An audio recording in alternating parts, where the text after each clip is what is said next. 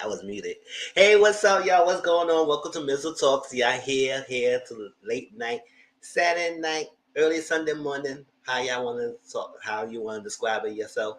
Listen, y'all voted. Y'all wanted me to do this live this time, so I decided to do this live and give y'all a discussion and talk about some different shows. Because y'all know a normal, regular time at Sundays at 4 o'clock, I won't be doing a live because we with family, Easter Sunday, so we go chill out with family, have a good time. So I won't be doing regular live showing at 4 o'clock, and they usually do my power at 10. There will be no lives that day, so I decided to do it today so we can have it out the way. So on Sunday, if y'all want to watch something, y'all can watch it. We play a game. Welcome. Appreciate you following me and watching the reviews and giving me views on it. Let me know how y'all feel in the comment section down below. What's going on, y'all? What's up? Hope y'all come through.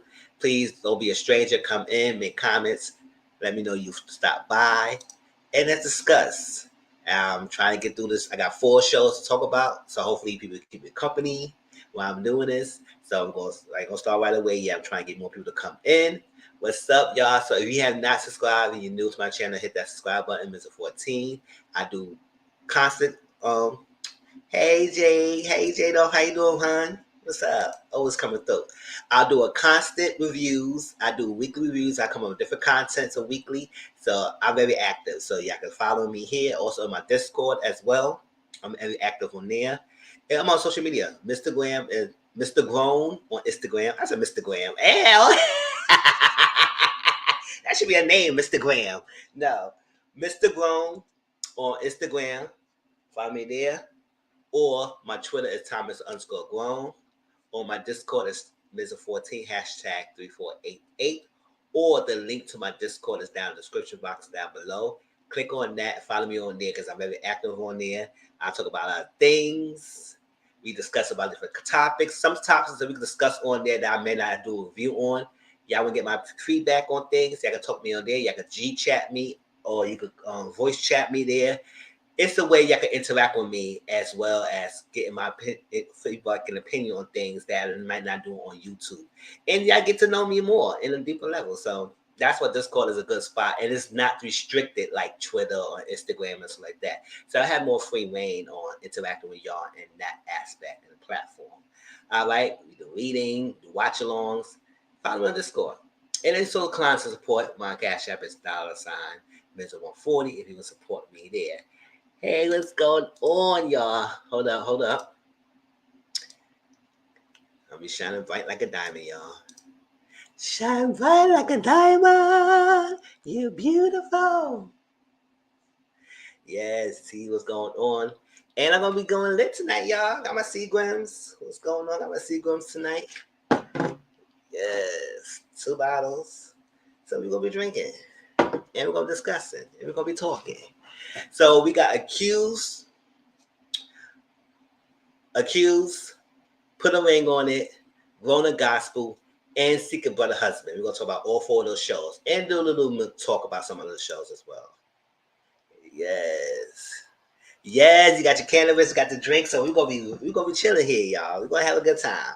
Happy Easter Sunday for those of y'all who not see on Sunday. Happy to have a great time. Be safe out there. You better get your little church ready. Best, I'm going to church. We're going to family day. We're going to family outing event tomorrow. But if you got a church, dress down, eat some good food, chill with your family or chill in your house. Whatever you're going to do on Sunday, just make sure you have a good time, all right? All right, that's good. Let's start with shows updates.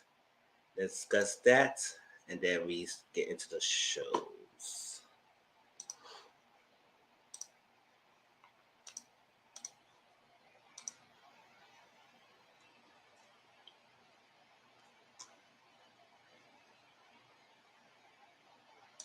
I must say, I want to thank the new subscribers who be coming to my channel. My number count is going up and my views is going up. So I appreciate y'all. I know it's a work in progress. We'll get there. It'll be like 3 years since I've been monetized, and it's doing good. So I'm happy, and I have y'all to thank for showing me support, being there for me since the beginning. Yeah, I know y'all get tired of me, but always gonna be appreciative of y'all. And So y'all stick around. All right, so Grown Up Gospel on WeTV. Yes, it's a celebration. Hallelujah. Cheers. Grown Up Gospel on WeTV. We're gonna talk about that tonight, the latest episode, and it's watch alongs and reviews. So if shows y'all want to see and you want to watch it with me, I do watch along so we can watch it together. Because I know sometimes people might not have the network or they might have the shows and everything. So that's what I do. Do a watch along, we can watch it so you'll be caught up. Put a Ring on its own. That's watch alongs and reviews as well. We're gonna talk about Put a Ring on the latest episode. Because normally Put a Ring on it is a pre-recorded review. But since I won't be here, usually I put it out on Monday. Cause I could still hold that to Monday, but you know what? Let's get it out the way. So Monday, I don't know if I'm gonna be home on time to do a pre-recorded, do a live or anything. So SWV and Escape. We got one more episode, y'all. This Sunday is the last episode, so I will do my pre-recorded review and give it out there on Tuesday. Probably get it out on Monday. Depends how the day is, because I think Auntie Momo's doing hers a live version on Monday, so I don't want to interact. I don't want to schedule conflict with hers, so I'd rather do it a different day, and y'all will get it. So appreciate those who watched my last review. It was good reviews and count. So it's a finale, y'all. It's something. And after that, done with it. Power Book 2, Ghost 3, Season 3. Normally I do a review on live on Monday. I may not do it because, we're family. So I'll probably do pre-recorded and release it for y'all so y'all will have it. And just watch it, give your review, give your opinions, and down below in the comment section. Sick and Brother Husband, TLC. It's come on Sundays. It's a watch along and review. It's good. I enjoy it. I'm enjoying it because, like I said, it's interesting to see the woman's perspective on this topic of polyamory relationships. And when women have multiple husbands, that's called polyandry. So interesting. So we're gonna talk about the latest episode as well. Catfish season 8, MTV. Y'all will still get my reviews that weekly, so make sure y'all get it. It usually come out Wednesday afternoon. Love is Blind season 4. I'm still contemplating what I think. I think I might do the Love is Blind, well, up to that point, up to episode 8, and do a review on that, and then do 9 to 12 another time. So probably next week, Sunday. Next week, Sunday, we do a live on it and give you our opinions of what we discussed so far.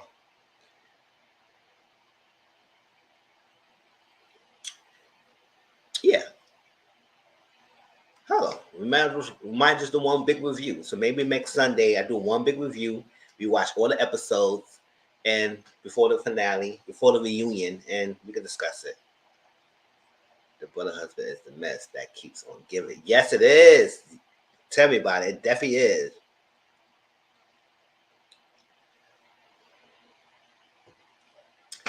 Love of Mammoth Huntsville. Y'all know season 6 premiered today. Is it season 6? Yes, season 6. It premiered today. And we'll see. See what time it is. After this, I might want to play the game. So I don't know if I want to go do a watch along or not. But to make sure I give you a review on time, probably do a pre-recorded review. And then every week after that will be a live review for Huntsville.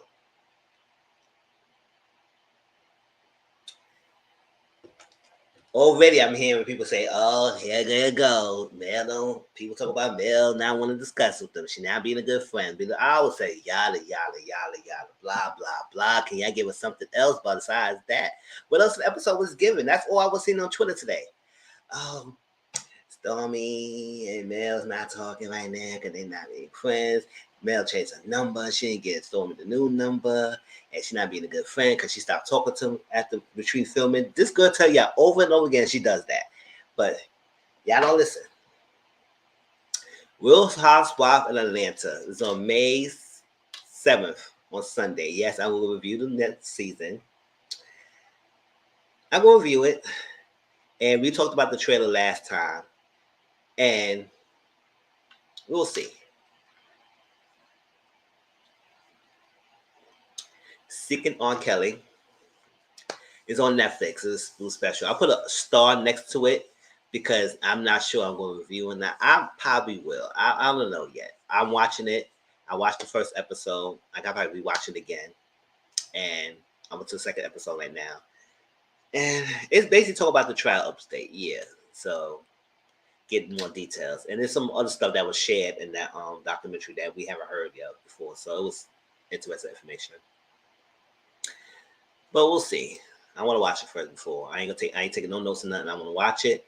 And if it interests me, then I'll give you a little brief talk about it. Summer House Martha's Vineyard. It's a new show that's on Bravo. And it's the same day with premiering with Real House of Atlanta. So I said, oh, two black shows back to back. I love it.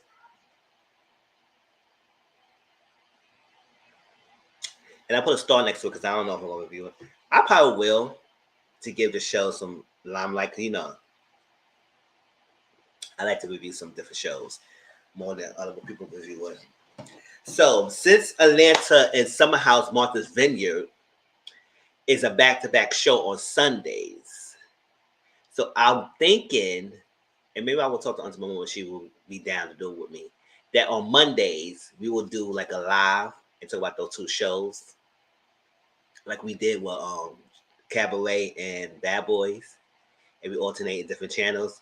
This week my channel, then the whole channel, then my channel, her channel. We will see if she's interested or not. If not, I just do it myself, and I would do both those shows on Monday night.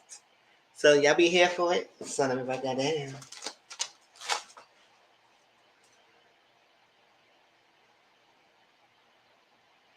And Summer House.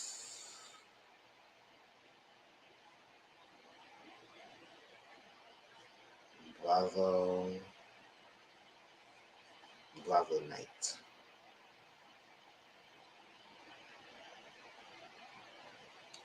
We call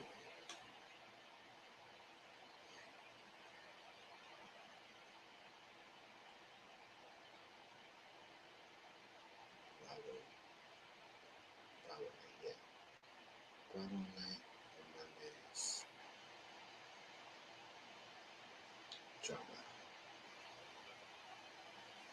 Drama Real House of Atlanta and Summer House.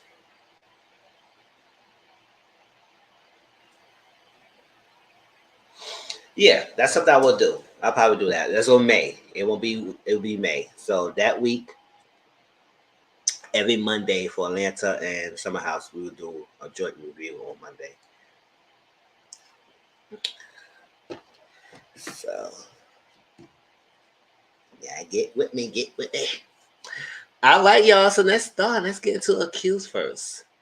Try to see more people come in, but I guess they come in when they come in.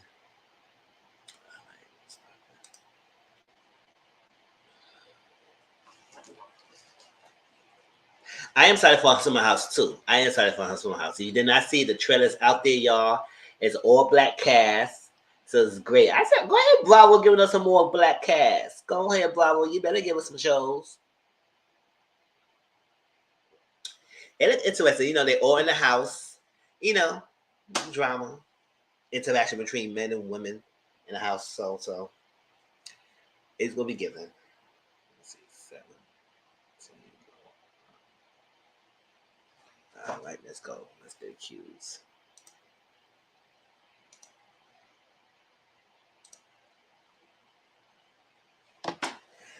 All right, y'all. This is Laura's story now. Like I said, Accused is really good. If you did not know, Accused is on Fox. And what I like about Accused is that each episode is different. They give a different variety of issues that's happening in the world, today's world. And the storyline is great because it go back and forth in between the present and give it a backstory of what led to them being accused of something. And it's been really good. It gave me different variety. I appreciate that. I love that it got renewed for a second season. And I guess this current season is still ongoing because it's still recording new episodes. So I'm catching up. We up to episode, and this is 8, the Laura story. So we getting there, y'all. All right, so this time was Laura's story. This was a great episode. It definitely was. Definitely was. And thank you, Jada, for keeping me company, and also another person's in the bushes. Love it. Thank you. It's like that. So Laura got accused of basically murder in the third degree. What's it called? Murder in third degree. And we was like, that's the end. That's why I want to wait till y'all to go to the end and see what she got accused of. She got accused for murder in the third degree. I think it was a different charge, but like I said, put it into that one for some reason. So we seen that she was about to take a stand and say, "Do you tell the truth, nothing but the truth, and hope in God?" And it took a while. Her son Jonah ran out the courtroom, and the father, husband Eric, went out after him. And we come to find out Jonah was blaming himself of his mom taking on the stand. And I give you a reason why he was blaming himself. So he was blaming himself. He said, "This is my fault. She shouldn't be in this situation because of me," and all that stuff like that. But I said, hey, she did that. She didn't. If she did that, it's must have been a reason because she's a mother, and mother do whatever they need to do for their children. So we see that she's a professor. She was teaching about truth, and that's interesting, and about the truth and the theories about truth and the logistics, and the logic, and the reason behind truth. And she was talking about that, and then a teacher assistant was talking to her, and she got a little snappy with him and saying that no, my son got gunned down with 8 other people. Now it ain't come out like the it came out rude because she got snappy and she apologized because that's not she ain't supposed to do that or like anything like that. But what happened is that her son and 8 other young children got gunned down by her assailant, a guy and everything, whoever it was, and it was a big traumatic experience for them. So the family, the victims of the family, got together and form a support group to talk to each other because y'all had the common bond of y'all all experienced the same thing that was happening with the young children. So that's what happened, and she is like she trying to change things. She trying to get laws to be stricken. Oh, okay. She trying to get laws to be changed, and the current state in our country right now in the United States are passing strict gun laws, just like that, or the tip to pass strict gun laws. I don't know what the hell they're doing because they're not doing a great job on that. But that's a different topic, a different story. Hey, boo, how you doing? So like that. So she is going to interview. She going to radio stations. She going to news stations. She going to street stations. She's doing anything that she can to get the message across because she want to be an advocate of making things change because stuff like that should be happening. It shouldn't be. So like I was talking back with my sister. It's all right. We just started. Not you still in the beginning. This is our first show. We talk about out of 4, so you still one time. So like that. So she doing that now. Her son Jonah is not here for it. She said once again why she's doing this. She's not feeling it. He don't like his mom doing this. It's not because he don't probably. He's a teenager or something like that. So it's like it's an iffy stage for him because he just lost his brother. So it's affected him, it affected the whole family. And but instead of the mother is focusing on him, Jonah and his feelings, his issue that she just on this rampage of justice, which I get it. But at the same time, like you do have to contend to the ones who's here now as well and understand their feelings. So the connection, the bond between Jonah and his mom is not there. And the husband is in the middle of things, so he's trying to make the peace of the family. So it's a lot. So she's on this television, and then there was a hashtag going around. Hashtag Park Ridge Expose. Jay, my boo, girl. I meant to text you right now. I said, "No, what are you talking about?" I'm a survivor. Hey, yes. She said, "We're gonna talk later about Survivor."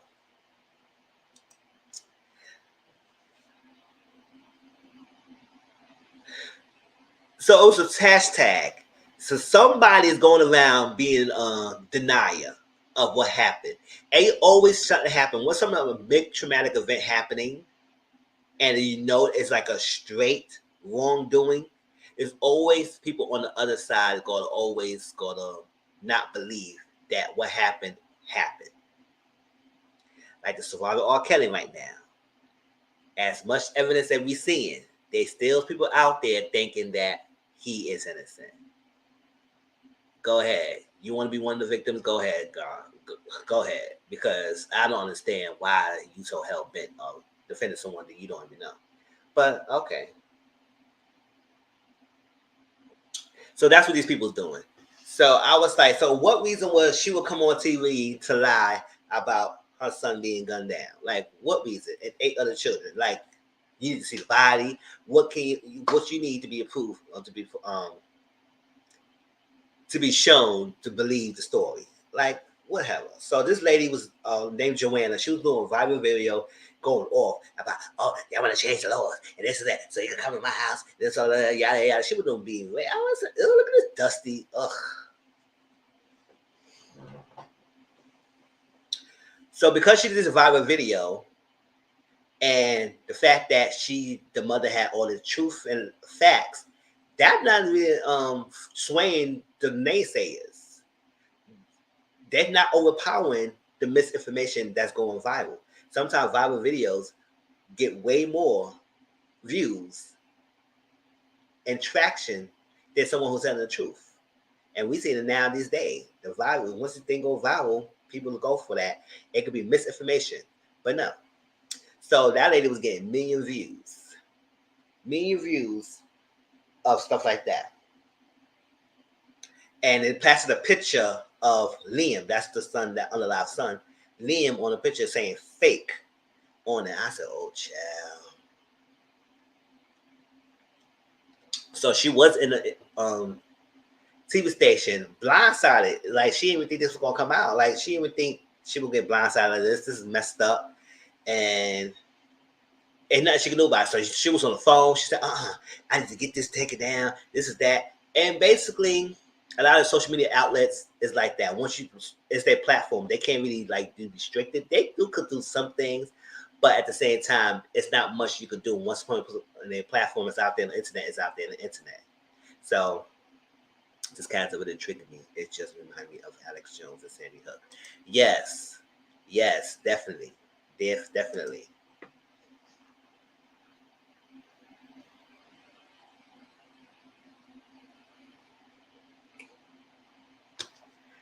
And so she can't get over that. She was trying to call them, trying to take their things down, but they said that they can't really take her video down, but because that's her own freedom of speech platform.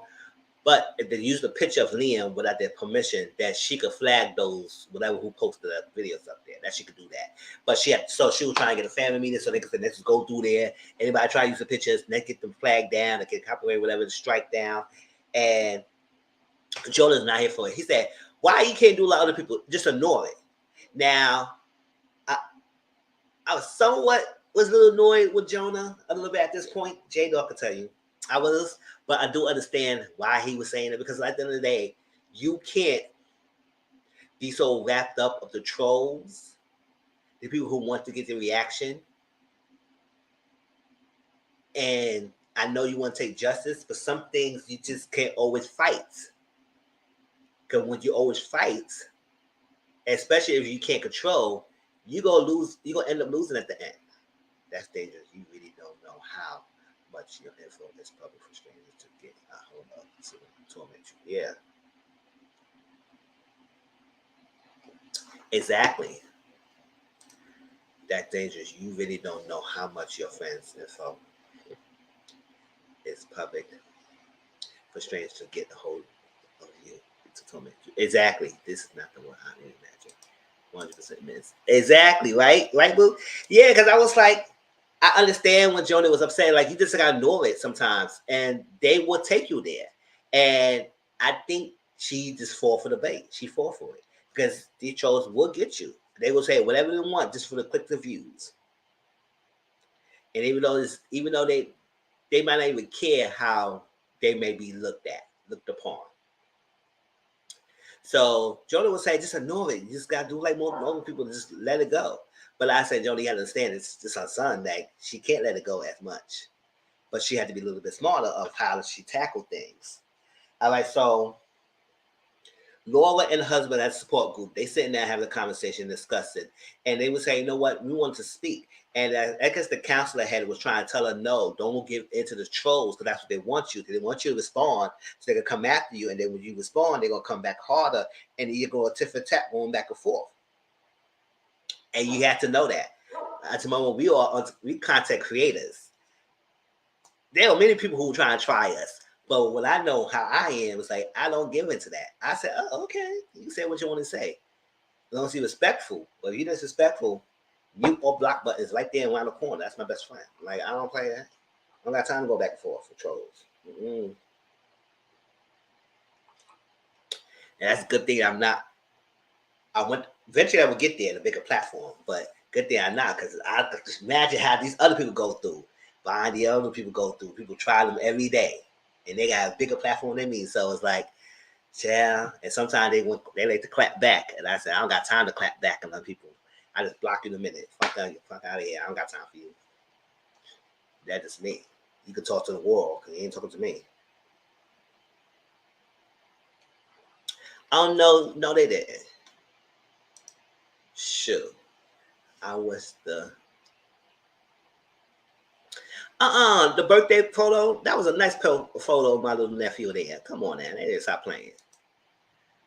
I wish the teen had some sense of empathy to support his mom. I know it's hard, but it was difficult to watch him interact with his mom. He made her defeated. Yes.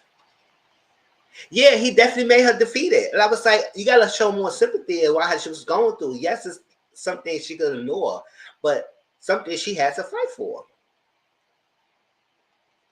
Because she don't fight, they just go toss that to the side and don't give a dig. Yes. Well.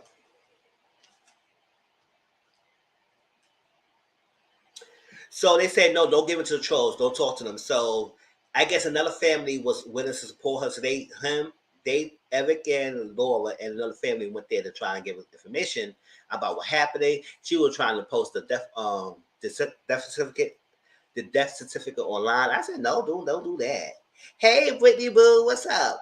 I said, don't do that. Don't post no death certificate because they don't believe me. They don't believe me. You don't do that. That's too much personal information. I don't want to not go through all that just to try to prove that my son is alive. I know what happened. Y'all don't need no death certificate. So she was trying to do the most. And I said, girl, don't do that, Laura. That's way too overkill. So she's trying to answer questions. And someone asked where his father was and why he wasn't in the picture. And why do you need to know that? Why you need to know that?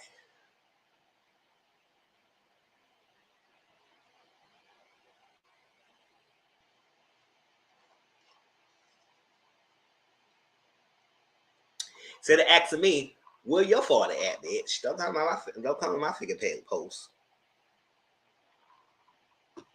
Why is he in the picture? Why he need to be in the picture? Get the fuck out of here. Okay, boo. It's too much energy for all that. Exactly, right? I'm here. I just can't talk because I'm working, but I'm leaving early. All right, boo. Glad you came through. Can't see the word. It's a tiny ghetto. For real. So while she was speaking to the crowd, here go this freaking douchebag Joanna coming around saying, "Oh, your last name is this person, Burkhammer. It's the same last name for the lobbyists who trying to outlaw firearms in some countries and some places and everybody. Everybody was like, oh, I said just because they got the same last name doesn't mean she associated with the person. Well, man, I was pissed that someone else commented on how he looked, and I damn near lost. Child, what you're not gonna do is not talking about my little nephew like that. What we're not gonna do, child, you want to set it off for here?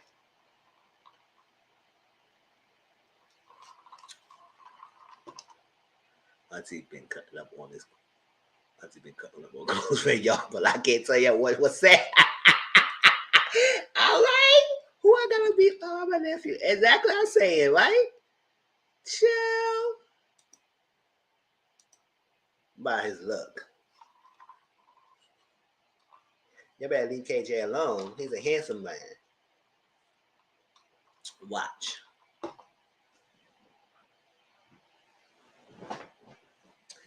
All right. What am I about to say? So here go Joanna, her dusty behind, came up, said, "Oh yeah, you got the same last name and this and that, and that's not even your son." I said, "Hold up, what you?"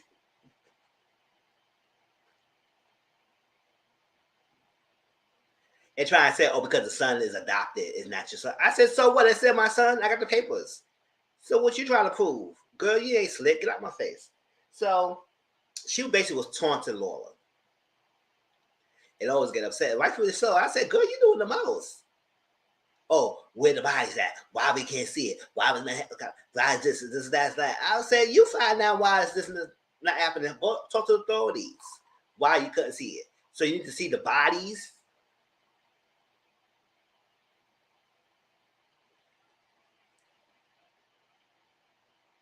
For real, I'm crazy. Shall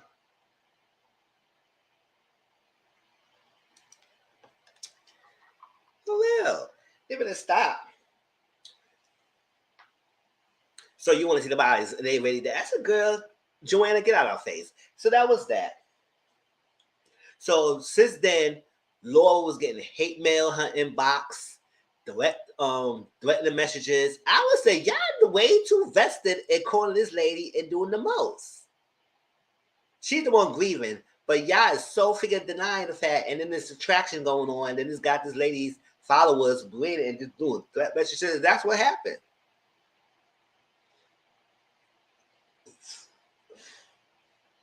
I see y'all need to get a life because I was like, I don't know if y'all getting paid or something for all this because y'all doing way too much for people you don't know. Y'all doing way too vested. So she was on the phone. Her husband Evan called her, and she was telling her, "Listen, some people open a secret anonymous sexual harassment against me." So the dean was trying to open a tiny T19, Tiny 19 on T9. I think Tiny 19 investigation against me. I said, "Oh, they're doing the most." And then he said, hold up, Laura, listen, boo, listen." He said, "Listen, people posted our address online, the phone numbers on a TV station, and social security numbers." I said, "Hold up, social security numbers?" Now I know people posted addresses before and maybe phone numbers, but social security numbers? I said, y'all taking that way too far. Who got time to be searching your social and then posting plastic on television like that? Okay, y'all doing the most here. Whoever y'all's doing that, y'all doing the most. Cause listen, phone numbers and address, y'all could have kept it. Whoever the writers who wrote this episode, y'all could have kept that social security numbers way off that. The freaking thing. I said, "I'm dangerous." Now you gotta change. I gotta change my whole identity. Child, what's the freaking alleys? Where the alleys at? I gotta go there because I can't do that. Posting social security numbers and everything. So,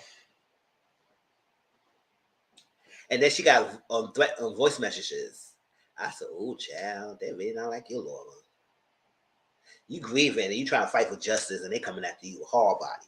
So at this point, Ever said, "We got to go. We got to leave." And Laura wasn't trying to do that. She was trying to leave because he was trying, let's go to another school. I see people here on loosely paper doing that, putting people addresses, socials, jobs, family info, everything. Oh, really? Because child, social is a way to be too much. Y'all do understand about the jobs and addresses and everything with social security. Oh, child.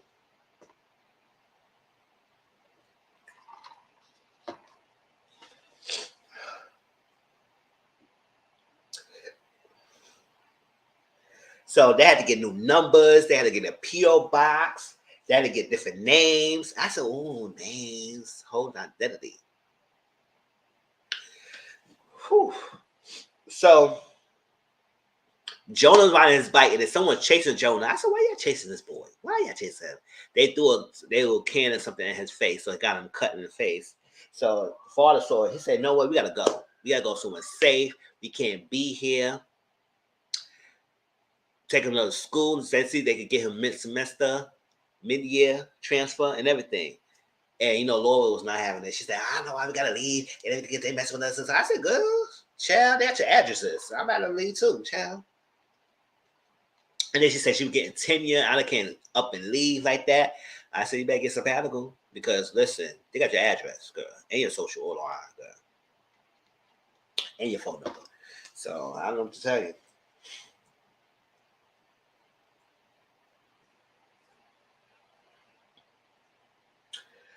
So this episode really tested my patience. I was living from start to finish.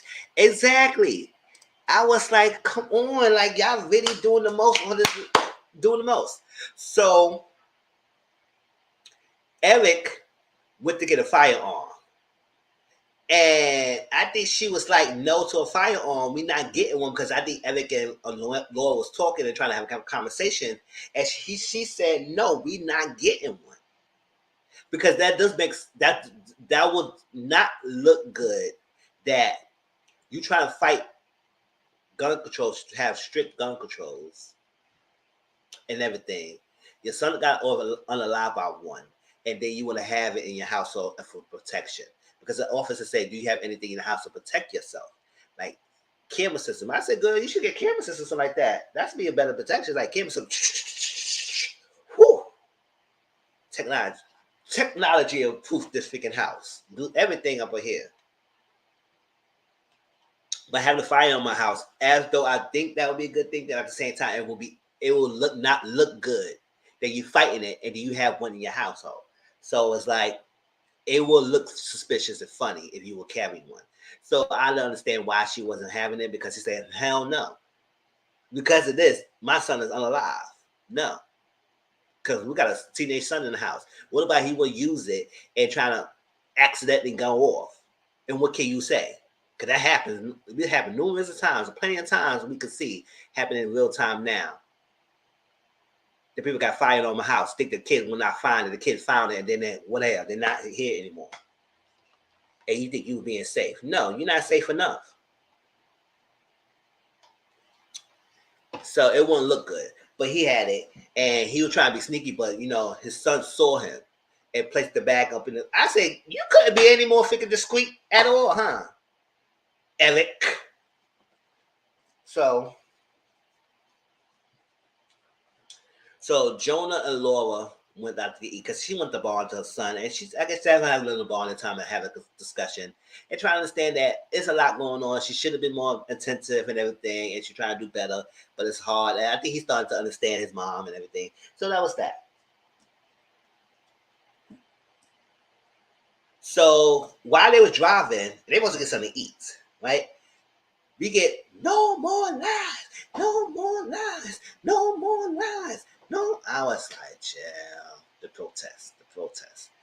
And Joanna's leading it, and she does blow horn. Hey, we got something. I say, Joanna, you got a lot of energy. You got a lot of time, girl. You got a lot of time, and I can't. Like, I can't with you, girl. So she doing the most. So Lord, at this time, Lord was upset. She ran through the crowd. She said, "Excuse me, excuse me, excuse me, excuse me." Going through the crowd, boom, get out my way, get out my way. Excuse me. Took the blow home, throwing the thing, just whooping up Joanna. She said, "Oh my God, you see, she put her hands on me. She put her hands on me. Yeah, let her up." I said, "Lord, calm down, for real." Cause they're looking for a reason to get you anyway. So you doing that's not gonna help. So that because of that, Joanna got a temporary restraining order against her. Yeah, you know what? I probably lose my cool too. I said, "Girl, you got some law." But then they get doing that in front of the blue officers. I said, "Girl, they ain't gonna look good." They're aggressive and then fall into victimhood. Exactly doing the most, the blow horn. You see how she was coming after me? Gosh. So They got her locked up, and they got posted the bail. The husband came and got her. That's when she got the temporary restraining order. You got to stay away from her. I said, okay, I don't want to be near her freaking dusty ass anyway. So that's what it is. So the purpose they purposely push you to react and then get frightened. I'm looking at you, Elijah. Exactly. Because we're gonna talk about going to gospel in a minute. Elijah. Well,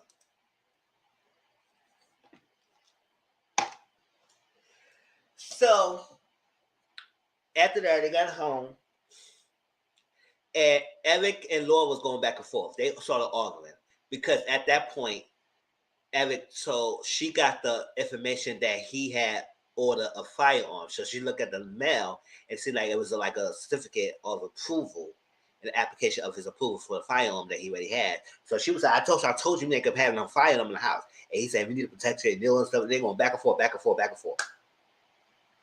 While they was arguing, Jonah took the bag, took the firearm, and left the household. And got no freaking Uber. I said, how the hell you order Ubers or something like that? Well, you got a phone the app? Child. Took the guy. I said, how you got the combo and everything? I said, that father probably was not good. He probably figured, you probably put his son's birthday or Leon's birthday. You know, random stuff like that. So typical stuff that people can figure out. He probably figured that out in one try. Chit, chit, chit, chit. Got the thing and left out the freaking household. So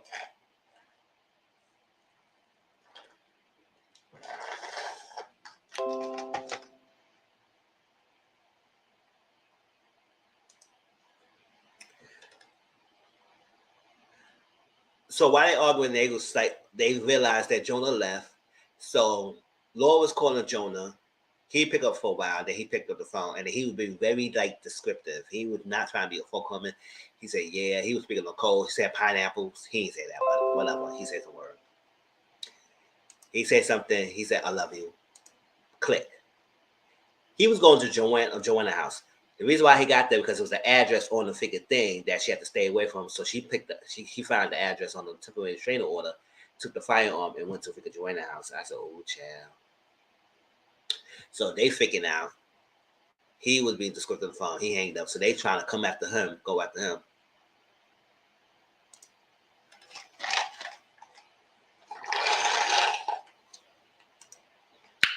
Go after him. We're about to be done. It was my boyfriend at the time. Oh, okay.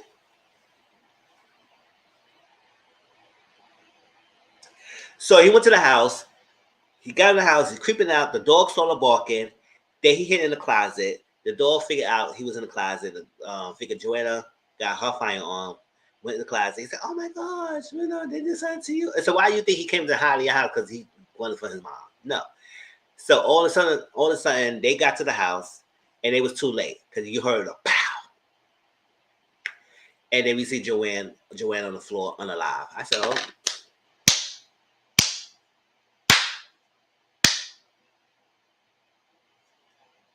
Oh yeah, I see it. And I'm reading it too. I said, "Oh snap!"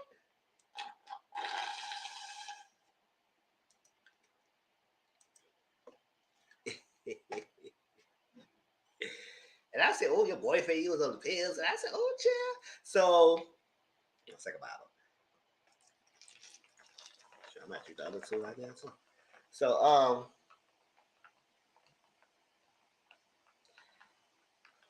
when Laura and Eric went to the house, Eric took was holding the son, and then Laura took the freaking firearm, ripped the firearm, and called the police and said, "Listen, I want you to come over here. I'll allow someone." And I said, "Girl, you didn't have to call the po-pos. You should have just left the house, and nobody knew you was there." Chill, you had to call them. Somebody gonna figure it out eventually. And I said, "No, I got a restraining order. I didn't come to her house, officer." Unless there's cameras there, then you could say, oh. Oh, I got my sequins. I just have my second bottle right now. Shoot, I got 3 other shows to watch, and now on my second bottle, I might drink the other two too.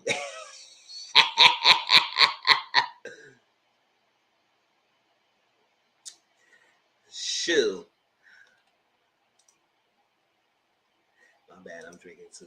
What you sipping on? I got my peach fusion wine. Oh, peach fusion wine. That sounds good. Right, all 3 in my time. They should have hightailed out of there. Shoot, I would have hightailed out of there. I said, come on. Nobody know we here. And she got no cameras, and if she had cameras, then they could caught. Then we got caught. But if she ain't got no cameras, you can't prove that I was over here.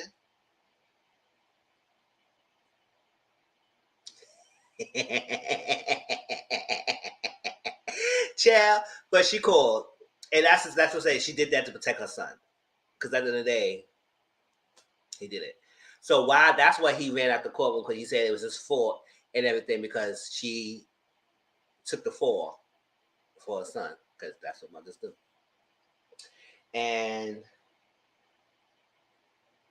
it was going good in their case. Now the lawyer was telling her that they had a good strong case, that she could beat this, but she didn't. I guess she didn't want no way, shape, or form of getting her son to take the stand, because they were going to try and get Jonah to take the stand. Oh, I didn't do it, officer. Moi? Moi? I didn't do it, officer. I was in my house all the time.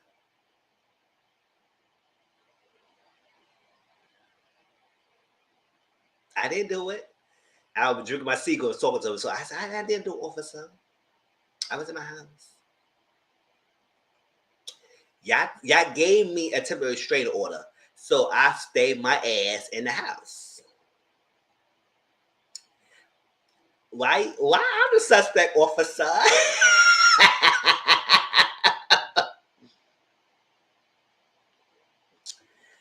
Child, you had the most to gain. I said, okay, and somebody else, they probably didn't like her either.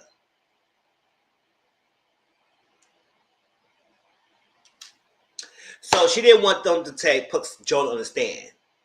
But the lawyer said it would be a good idea because they had nothing. Because there was no forced entry and like that. So they can't prove anything because there was no cameras. That's what I'm saying. She could have just had Taylor out of there and no one would have got her. And y'all would have been good. But she did that because she didn't want her son to be taken on the stand. She would do this. So she told Evie, you got to let your son know he'd be okay. I said, why? No, it could be another way. But she took the plea deal. And the plea is she can't go, when you take the plea there, you can't go for the pills and anything else like that. You refuse your wife for the pills and all that like that. And she still took it, and it's a minimum of 15 years. The episode ended because we didn't get no sentences, but she took the plea there, and she spoke her final speech, and the son was crying, or Evan got to hold the son, and I said, oh. Maybe we should have seen how it was going to work out, but I think she had a strong sense of justice because she said, you know what? You were right. I did want to have an enemy. Oh, wow. I didn't want to have an enemy. I did want an enemy, and I picked a fight, and I should have just let it go. And that's it. That was Accused, y'all. Like I said, Accused is good, y'all. Yeah, if y'all not watching Accused on Fox, you should. You should. We're going to continue on. All right, let's move on to put a link on it. Get a little break real quick. Like the video, share this out, let people know about me.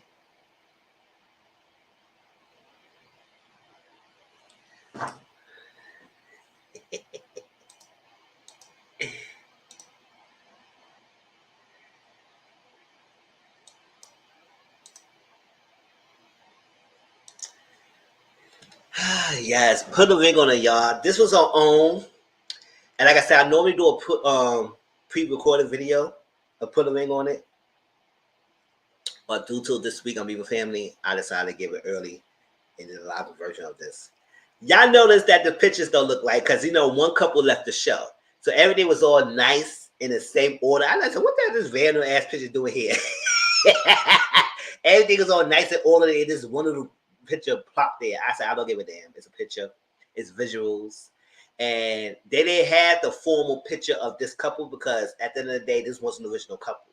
The original couple was Chance and Dunbar with the other two. but Chance and Dunbar left the experiment. And if y'all watch my last review, I explained the reason why they left. So, and then Chance, the lady, I muted her on Twitter. Yes, I did.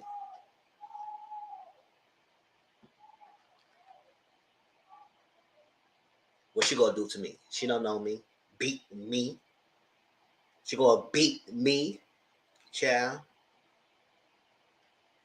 I muted you because she wanna say something. Oh yes, I got. Remember, we got a side of the story, and we're gonna tell our side of the story soon. And remember, it's always two sides of every story. So the truth, our truth, and we're gonna tell it soon. And I said, okay, I don't want to give a damn. You tell your tribe, mute. Then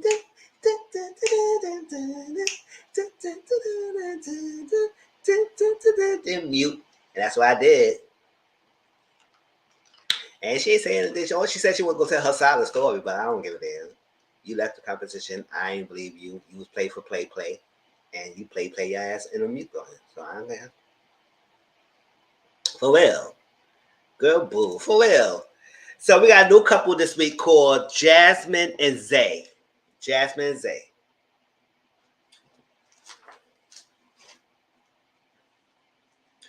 So the secret is hitting, right? When I get a little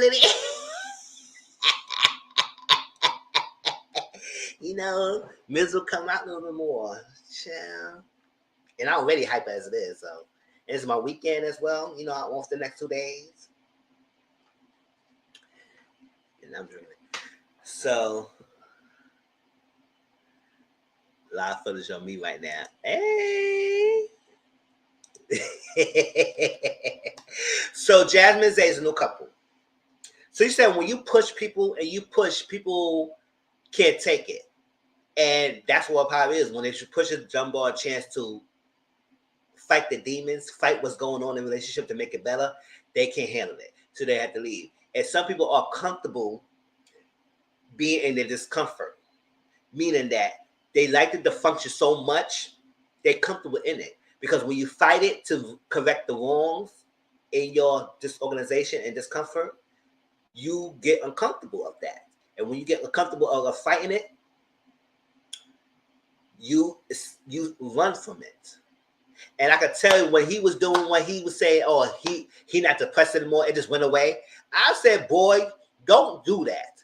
Don't do that. If y'all saw my review, I mentioned that he said he told Dr. Stacy he was fighting depression and anger. And at times he be very abusive to his old partner. Some to me telling me he was more doing that than being verbal. He just wanted to be comfortable saying verbal because he think that was the easier evil. But I think he would do more than that if he would just come out and dropping it down and be on motive like that. If you don't handle your emotions really well and you get out of control, stuff like that happens. So I feel like he was doing more than being very abusive, but he kept it cute. And mental health is a serious thing, so he should go to therapy. And then we had to sit down and have a chance, and you get in front of Dr. Stacy said, "You're not depressed anymore. It just went away." I said, "No, you don't play. We don't play with it. We don't play with it." I'm almost sick. Yes, you better be on Spring Bling. Yes. Never thirsty because you stay wet. So that's what it was. They was comfortable in discomfort. She was pushing them, and some people can't handle it. And that's when you're not ready to change, especially when you go counseling. If you're not ready to change, you're not going to change. Let me get this name off it because the pictures is blocking it. But let me get the name off.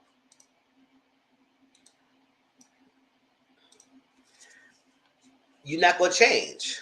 And that's what happened.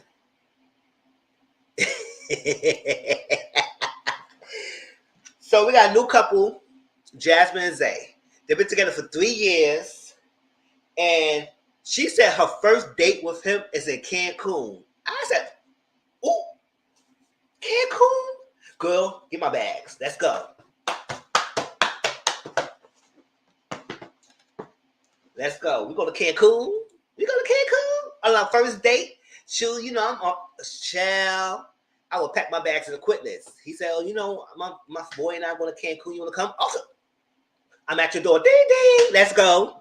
They said, damn, I just told you about Cancun. You talking too slow. You were talking too slow. I was ready. I'm ready. You said Cancun already. I was ready. You talk too slow.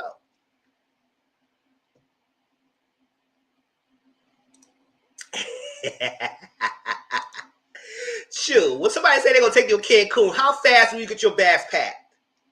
Tell me how fast y'all get your bags packed. Chill. And it's a free trip. Because I ain't paying nothing. You invite me to the date.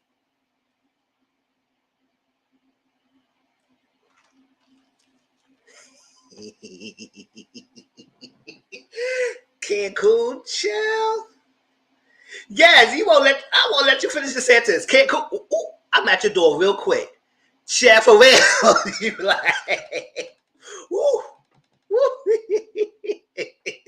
Chill. And our first date in Cancun, you better spend. Oh, you got money. For I'm hopping on the first date smoking. That's how I say it. Chill. Sure, you had to set up on the word. Don't even get Cancun out your mouth real quick. I'm ready at the door. Let's go. You ready? Sure. Don't worry about all that when I did. I get all the toiletries later. Let's go. Sure. Cool. Bag be packed real quick.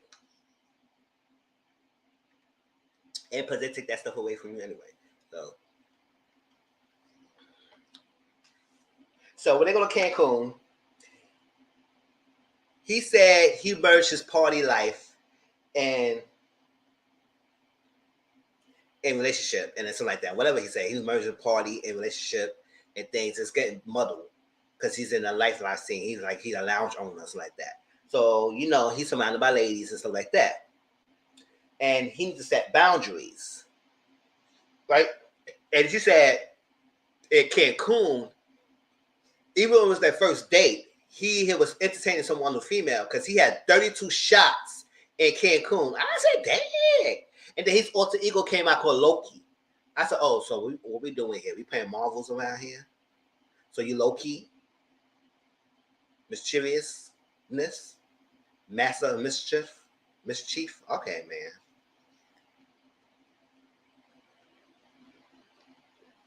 See, his alter ego is Loki. And because he had 32 shots and he was flirting and all this like that, he got a different persona. I said, miss me with that bye. So she thought at her birthday and something like that, she was gonna get a ring, and she got a promise ring. She thought she would get proposed to, and she got a promise ring. I said, oh.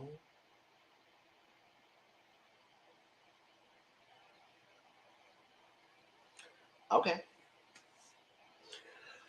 So that's the background, a little bit background with that, because you know he's part of the life scene and everything. Got the different ladies, and then you know when he's in that life scene, it's gonna make her uncomfortable because you know he's surrounded by different ladies, and then when he's drinking, he become a different person, become a Loki. So it creates some little trust issues, and then she got control issues as well because she wants things her way, how she wants things handled. Let's do this, let's do that, let's do this. I said, where's that control is coming from? It's because of what he was doing that you in control, or you just want to have your way.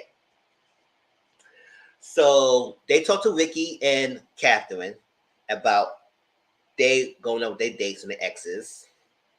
And Catherine said she got more clarity in how her issues and insecurities comes up when she was talking to her ex and how it comes up playing with Ricky and with his baby ex-wife, who is the baby mom, her mother, his child.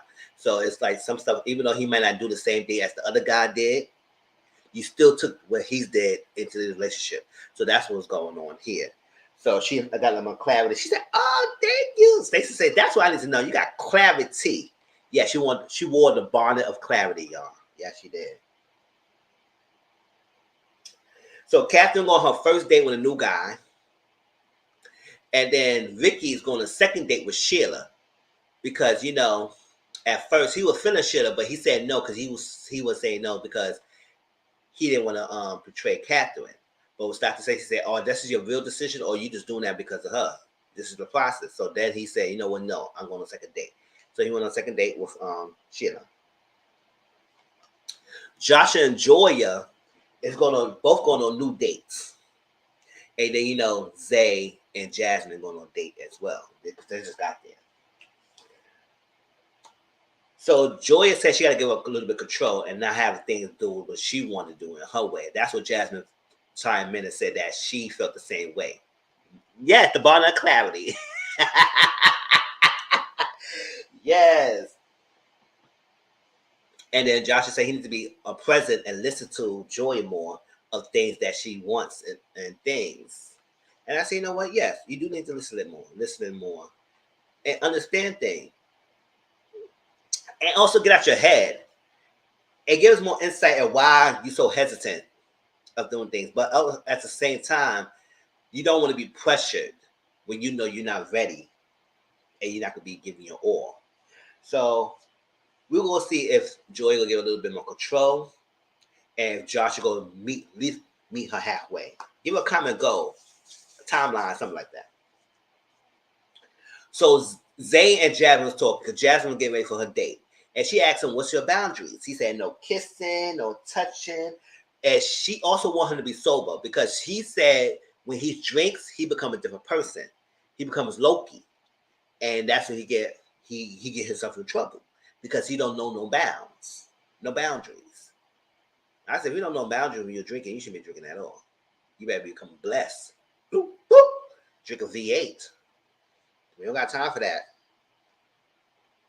Every time you go out, you want to become Loki. You better lock your ass to sit down.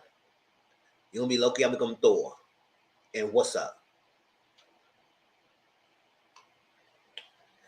So she said, all the stuff, the boundary you place on me on my dates, you better act the same way in your dates. Because if you're going to boundary me, you need to present boundaries yourself as well. And you got to do the same thing. So if you say I can't kiss, you can't kiss. If I can't be too touchy, you can't be doing touching. Now, you want him to be sober? You should be sober. Let's make it equal. I'm running this up in here. So Jasmine's date was Jeremy. The Jeremy was feeling himself. Because he came in, oh, not the VA. You better be a VA. Boop. Shell. Not the V8. That's what I'm saying, boy. So Jeremy was feeling himself because he works out because you can see the muscles protruding in his freaking shirt. He wore a tight shirt so you can see his muscles. I said, oh, it was nice looking too. I ain't gonna front. I was like, oh, look at that. But he was wearing it to show his muscles. So I said, okay, you can tell he do somewhat come of physical fitness or training and something like that because he showed it and he told us he's a physical trainer and he also runs a nightlife. He's a club promoter, so you know how that goes. And he get his clients by being a club promoter. So he club promotes, then he get clients from his club to be their personal trainer. And not only that, y'all. You know what else he does? He has another side hustle where he go to the lady's house and cook for them with no shirt on. And he wears an apron over his shirt. I said, oh, okay. So you really a ladies' man's man, huh?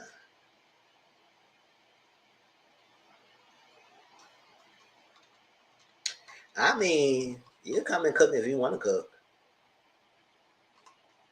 But I do understand how it will be affected in the relationship. Because when he was telling Jasmine all this, Jasmine said, red flag, red flag, red flag. She was getting red flags because she's in the current situation right now with her boyfriend who he's in a life. And because of that, she had her own issues with him being in a nightlife like that, being a lounge owner and working that type of environment, working all nights, come home on late, flirting with the females, he's drinking, it's alcohol, don't know what he's doing behind your back. So all that is going on. So when she in this date with someone who's actually kind of similar lifestyle as her boyfriend, that brought red flags. And then you say he get the clients from his club, which is fine. That's free money. I mean, sure, you get money from that. Personal training, that's more money. And you cook for them for more money. I said, you better get your ching. Listen, bring that money home to me. Child, you got 3 jobs. I ain't playing. We're not playing with it. Don't play with me. So he was saying all that, and then he was saying all the right things to Jasmine on the day. He said, "Oh yeah." She said, "So what happened? How your girl or somebody if you're in a relationship with go take when you talk about you go to my house and cook for them with your no shirt on and with an apron on?" He said, "Well, you can come with me." And I said, "Oh, okay, okay, all right, I come, but." I could do see that could be a probably big issue in some way, shape, or form. I said, so what you doing in this girl's house? That's all you doing, just cooking? Okay. What you cooking? You better just cooking some meats. And not between no legs either. Yeah. So while Jasmine on her date, Zay was doing the most. He said, "Oh, man, I gotta watch what she's doing." So he took the freaking tablet and watched him in the video camera. I said, "Oh, really? Huh.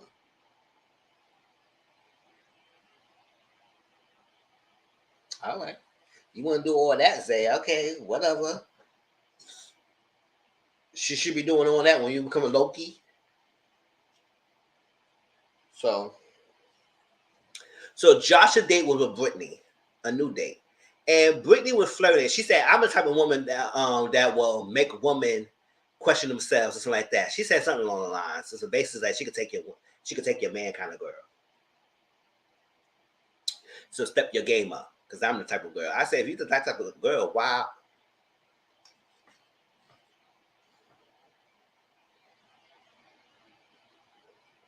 You know, I'm about to say it, but I ain't gonna say that because I don't like that type of question either. So I said, girl, if you the type of girl like that, okay, I guess.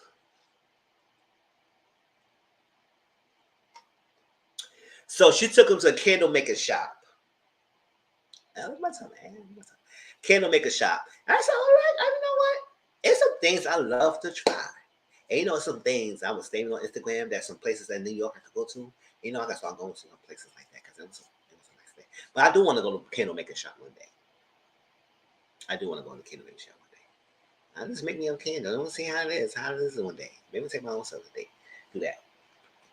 So do that. And they all make a candle, and you know she was touching fingers. She said her love language, quality time. That's my love language, quality time as well. And she also was going to touch things. She would touch. She said, "Oh, like this little beard, you look, it was all mature and everything with the beard, and everything look all grayish." And so she would do a touch and feel it and go further. At first, she said she was doing the most, and you want her to calm down. I said, "Why she need to calm down?" Yes, she could have been a little thirsty, but she don't have to be calming down because I know you like the attention too. You were liking that, so.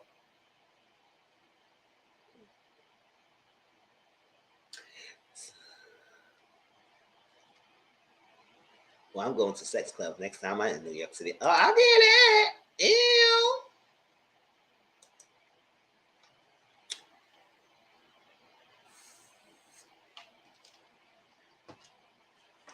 So they make candles. So she made candles for him. I think he made candles, and she took the candle. He took the candle home. So when he sat down and talked to Joya, he gave her the candle, and she labeled the candle that Josh gave to Joya experience.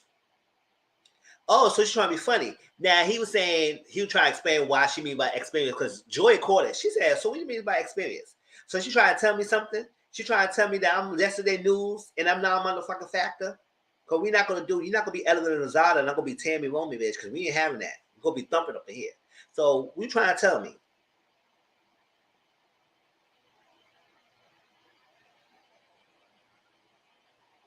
experience. Tell me, everything the wife is a wife for me, and then the wife is a gift to me, and then the gift to the hand for me.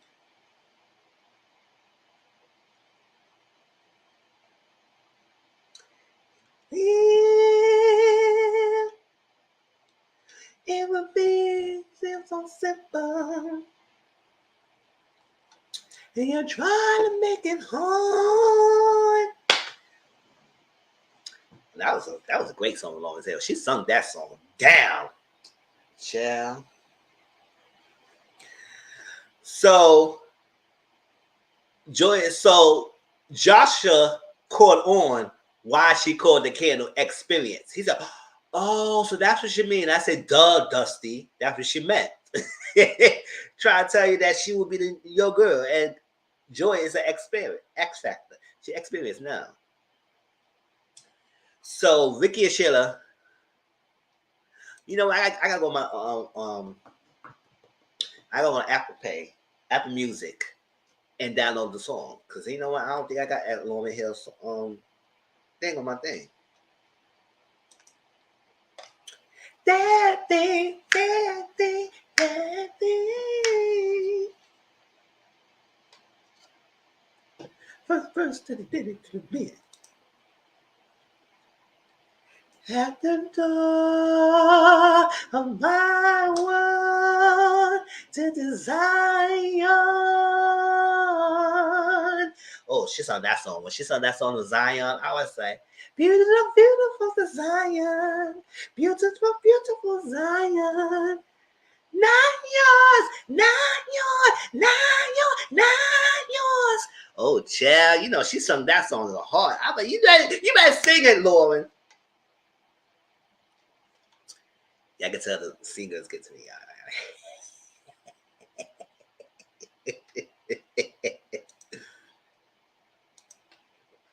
All right, next we're about to talk about going to gospel next. So, Vicky and Sheila was talking, right? And they went on a date.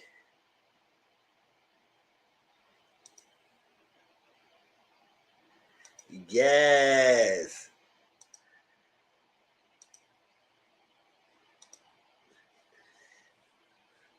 I loved it. That was one of my favorite songs from the album. So Vicky and Sheila was talking, and they was on a date. She wanted to feed him fish. Now at first he said, "Oh, hold up, oh." He was ducking dodge like a matrix, but he said, "I just want to feed you fish. Gosh, ain't that serious?" I said, "Girl, you know his girlfriend. You don't know his girlfriend, Catherine. She ain't gonna like that. She ain't gonna like that." So it was right for him to turn it down, but he ended up eating it. And I said, I don't think that would be a big deal. But you know, some people got their own different rules of somebody feeding you some freaking fish. I said, listen, it's food. Chad, I ain't gonna turn down the food. I mean, that's what it is. What it is. Would you feed me? I'll feed myself. The food will be eaten. Bless. So they was giving the conversation. They was flowing easy to talk to. So I don't know. He may be feeling Sheila. So I don't know if he gonna go on a third date or not. Because if it is, then Captain will feel some way about that. Because oh, now it's the third day. Now what if she's giving you that? I'm not giving you that. You will continue on these dates. And I said, oh.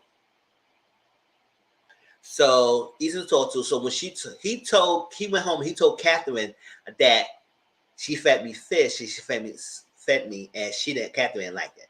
Oh, she said, "Oh, now you gonna show me when I need to move for my dates." I said, "That's the whole part of the experience. Y'all all got to do what you got to do." So at the end of the day, y'all didn't really set no stronghold boundaries. So if you want to feed your man some fish, and you want to feed your date a fish, or you want him to feed you something, do it, and he can't get mad because he did it. So two could play that game, right? You didn't watch the movie?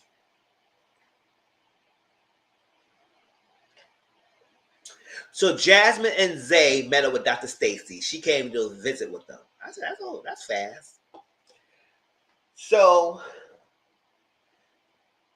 she said he don't set boundaries. And she said one of the clear boundaries that he don't set is that she feel like she compete with his friends. So she had a little altercation with one of her friends, and one of the friends said out loud in front of people that he would slap her. I said, oh, child, not slap you. Now, what you did, Zay? Zay said he kind of choked this man on, kind of wringed his neck, everything. But she said the thing is that he apologized to Zay and they moved past it, but he did not apologize to me. The fact that you didn't make him apologize to me, that's messed up because I feel like I'm competing for your friends. And he said, oh, you don't have to feel like that. You shouldn't be feeling that way and everything. So Dr. Stacy said, no, not on my watch. He said, look, you try to invalidate her feelings. You try to ignore her feelings and try to brush past her feelings. That's how she feels. She feels like she's competing with your friends. And if you give her the energy, that's what it is. Now, granted, Your best friends be your best friends since y'all was young, so I don't think she should tell you you can't be best friends. But at the same time, your best friend disrespect me, but she's gonna slap me in front of people. Then I think you should have a little bit more leeway and let your friend listen. I know you apologize to me, but you gotta apologize to my girl. If you don't apologize to my girl, we can't talk right now. That's what it is. What it is. Now, I'm not saying she shouldn't tell him to get with his best friend. But at the same time, your best friend should not be disrespecting your girlfriend either. You'll slap her. Slap her for what?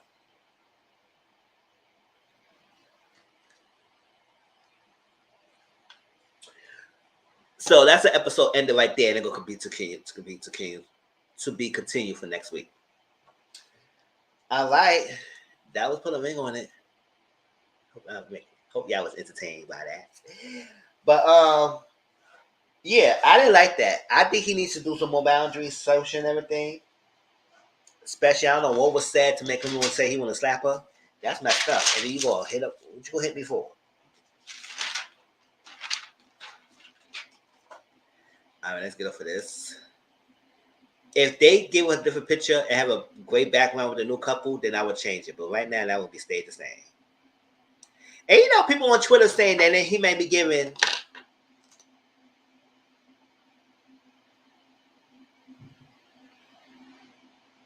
You know, does his hands dangle? Now they thinking that he might have bisexual teas, but I say I don't care. He might have to say it himself. She be called put a stop to it. That's what I'm saying.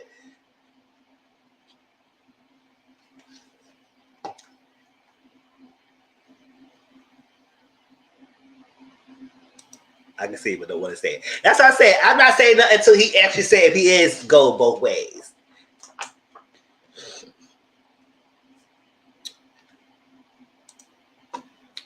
Because I'm not quick to say it. I say, listen, I don't know, y'all. All right.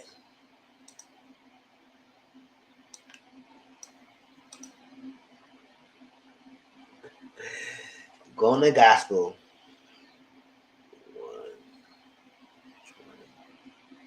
25.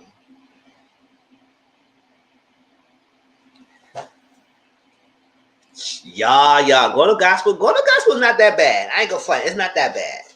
It's annoying with some characters, but it's not that bad.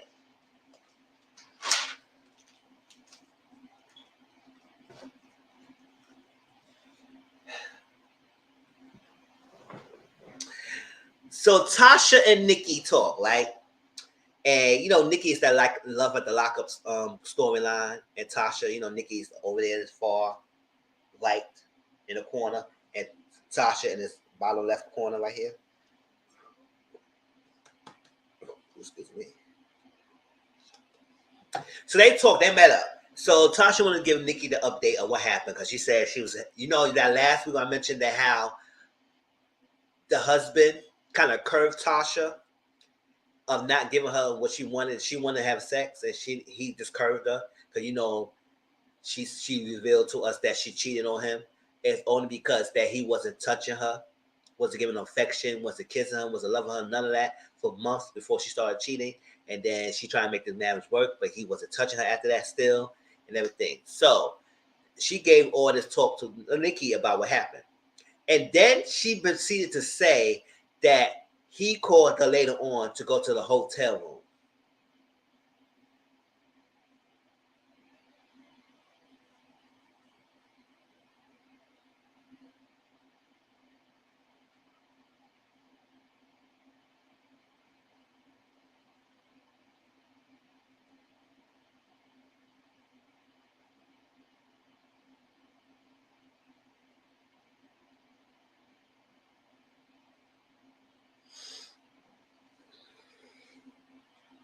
Yes, Atimomo. You know what? I pause, right? Y'all thinking what I'm thinking? Let me tell you this. This is what I'm thinking. You say you cheated because he wasn't touching you or giving you affection for a while. This is before you started cheating. Now we all thinking that he might be this or something going on. So we don't know why he hasn't been touching you for a long period of time. So he turned you down in your house when you were blessing your box in front of his face, so he could take it down. But yet he didn't do it. But proceeded to call you later on to his hotel room. First of all, that looks dusty and nasty. Because I'm saying you can't have sex in the hotel. That's a different thing when you go to the hotel room when you're on a vacation and you don't get freaky deaky with your man in a vacation. But it's not a vacation. That sounds like a freaking you were treating you like a freaking $2 whore. Cause why not? You couldn't do it in the house. You turned me down for calling me later on for a hotel room, and she still gave it to him for what? Now, granted, that's her husband, and she might be was horny anyway. But I was like, that don't sound right though. And you're gonna try to convince us to believe that he called you to bang your box out later on that night after he turned you down when he wasn't giving you affection all this time. So you meant to tell me he just had an epiphany to give you something, huh? Like I said, most men, they can be mad at you. They can still get the pussy. I mean, it is what it is. They're horny. They can still fuck you and then call you out today. They get their nut off and let you be. But I just found that dusty and tacky that he called you to the hotel room after you had a whole thing in the household when he went to your house. You could do all that stuff that you set up for him to give it up to him with the oil and everything to turn you down and call you later on in the hotel room. Girl, God. I would have said, boy, I ain't going anywhere. What the hell? You better come over here like I gave it to you over here in my house. What the hell I'm going to the hotel room for you? I'm not a whore. I'm not your mistress. That don't make sense, right? It don't make sense. It didn't make sense. So you want us to believe that he banged you out in the hotel room after that. Okay, he turned you down national television in front of all of us. I had to pick up your face. You know I did this, right? I picked her face up. And he called you later on. But yeah, this is a guy who wasn't touching you after you cheated.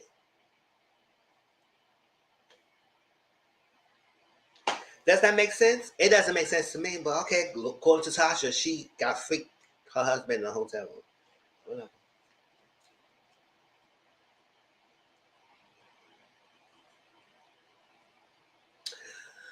So Elijah and Bree was planning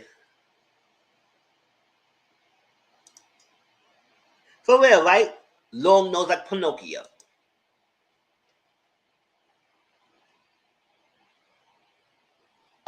So Elijah and Bree was planning Shayna's baby shower.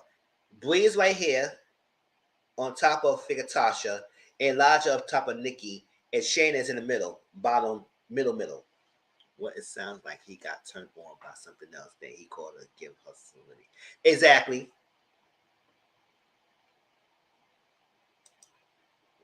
Exactly. He probably got horny later on. He said, listen, she was willing to give me something. She gave me something, gawk or something, and called about her day.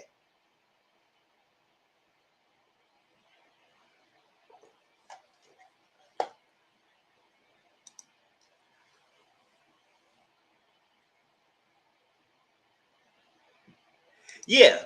Yeah, I get it. He probably is, but I just don't understand because it's like you wasn't touching her all this time. Now all this time you decided to give in and give her something. Mm-hmm. All this time you was doing it for her, you was getting it somewhere else. Don't tell me wrong. Don't tell me that you wasn't being celibate because most men not celibate. They could be. Child, he wasn't. He ain't no freaking celibacy unless they tell us something. I believe he got turned on and he said, you know what? Shit. She will well to come in the hotel room anyway, so she fiending for the deed. So why not come over and give me something? Give you whatever they need to get and go about your way. Not the gawk gawk. Yes, the gawk. Yes, the gawk gawk. Yes.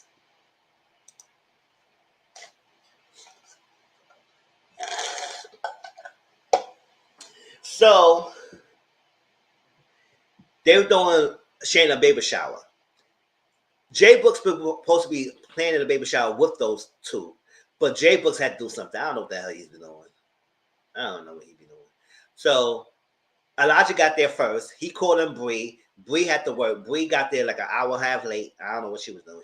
She was working for finance, so she had to do a job. I mean, she can't just stop her job. She had to be on the phone taking her phone calls. She does finance, so that's her point of job. She can't lose her money. She got to pay her house, her apartment, and everything. Shoot. So they got there. I said, you can go ahead. You ain't going nowhere. You filming, so you getting paid. Stay there. So, but I won't be waiting an hour and a half though. But that's filming though. That guy's that to do it. But I won't be waiting an hour and a half. I said, listen, here. I take a picture, send it to him. Go on my way. Go on my day. I have spent for an hour and a half and wait for somebody in the store. And that's you doing it for your own pleasure. You go in there, you just shop around until she got there. Yeah, that's the story. But so she on the phone, but they was talking about the beef between Shayna and Tasha, and he don't understand what the beef is going for. The other thing, he don't believe that Shayna did what she said, that Tasha said. Can you remember last week Tasha was saying that Shayna told her husband or somebody that she was talking smack about Tasha's marriage? And Shayna said, I didn't say that. That's not came out my mouth. I didn't talk about you. And like that. So whoever told you that I said it was a liar because I didn't say that. And they had to hold sit down. And she said, whoever told me was giving me false information. That was that. But Elijah was saying that he don't believe that because he said that's no. I don't have no beef, so I have no issue with her. So I don't know why she think that everybody will have an issue with her because you have an issue with her. And y'all all know each other. So why needs to have an issue with her because you have an issue with her? We ain't doing that. We ain't no high school. You don't have an issue with her, you don't have an issue with her. But I'll have you have an issue, I don't have an issue. We're gonna still talk. So he don't like that. And he also think that Nikki don't have an issue with Shayna either. Because Shayna might think that Nikki is siding with Tasha, so she have an issue. I said it was to me it was because last time when Shayna came freaking Bree birthday party, she walked in. Nikki, you and Tasha didn't say nothing to Shayna. So if you didn't have no issue with Shayna, why you didn't speak up, Nikki? You didn't say nothing. Y'all both was damn you quiet when she walked in. And y'all gave her the cold eye. Y'all didn't even acknowledge her that she got in there. Y'all didn't even acknowledge her. So if you had no issue with her, why you didn't acknowledge her? Okay. That didn't make any sense.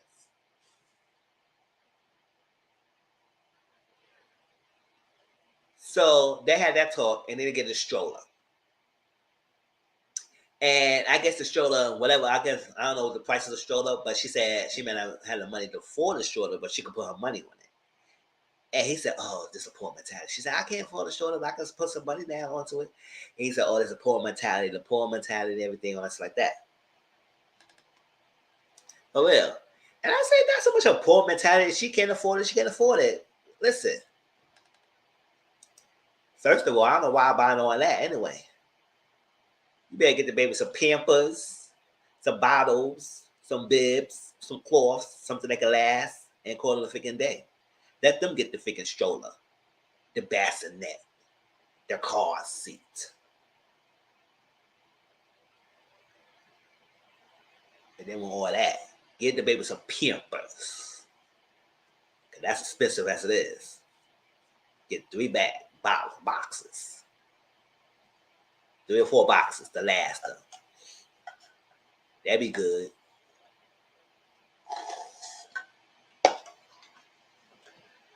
So the group got together. Shayna, Tasha, Jay Brooks, Bree, Elijah, the group, this all 6 of them, they got together. And this will Bree went to tell them her secret, her past. And I guess she wanted to tell them that she could be free so nobody can hold until against her and let them know if you're going to help me move forward, this has been my past. Because, sometimes people like to dig in your past. But I was like, Bree, at the end of the day, your past is your past. Most people who is in this gospel scene in the world are anointed because they fight the demons and they turn themselves to the Lord and they're doing well successfully. So I don't think it will be an issue of you having a past. Yes, people might be judgmental, but a lot of famous singers right now in the gospel world have a troubled past. So you're not no different. So don't be ashamed of it. And I don't think she was ashamed of it. She just wanted to let them know about it. So Y'all know last week she mentioned that she was a stripper. She's a strip, and not because she wanted to do it because she wanted to do it, because she wanted to use what she got to get what she wants. She didn't want to do the Players Club type of thing. She did it because she wanted to help her mom. I know, I like to throw that in there. You got to use what you got to get what you want. You know, everybody was using online at the Players Club scene. Shit.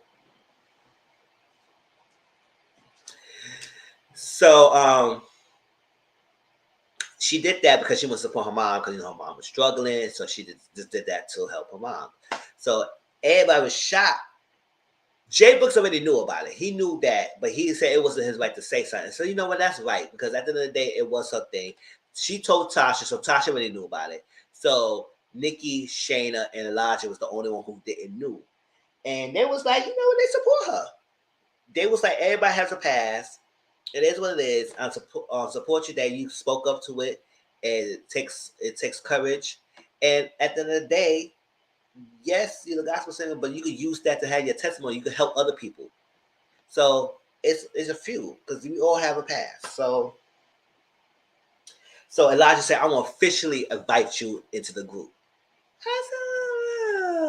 I said, I thought she was already in the group, but I guess you can invite her if you want to invite her.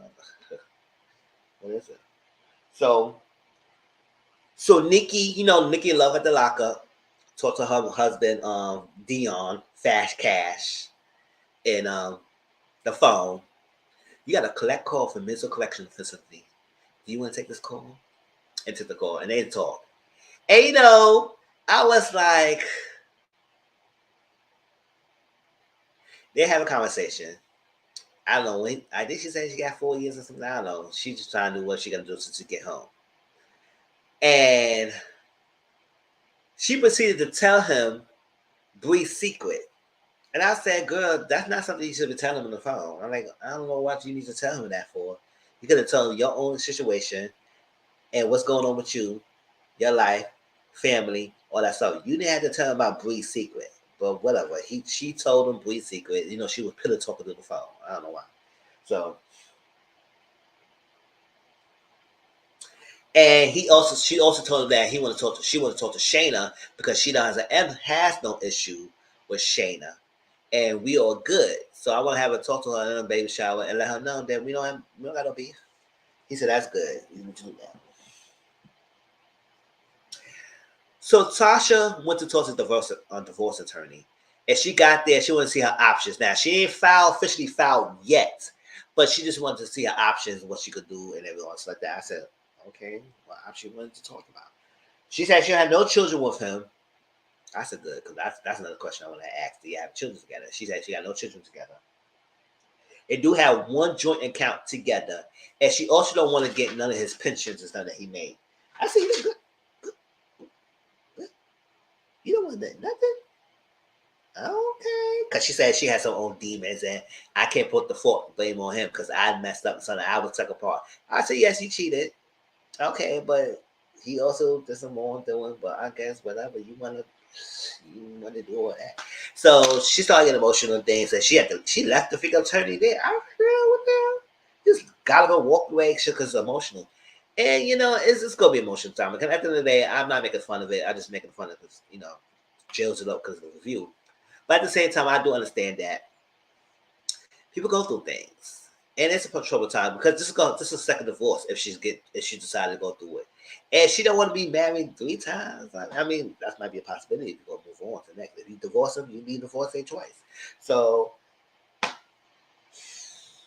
she just want to say it. She got to think about it. But she got up and she started getting emotional. Got up and walked out the figure session. Left the lawyer there, looking all confused and everything. He said, "Oh, come back, girl. He's talking, I guess." So she got mixed emotions, and he doesn't want any counseling. I said, "Why he don't want any counseling? Why he don't want to work this out? Because he don't want to work it out. He don't want to work it out."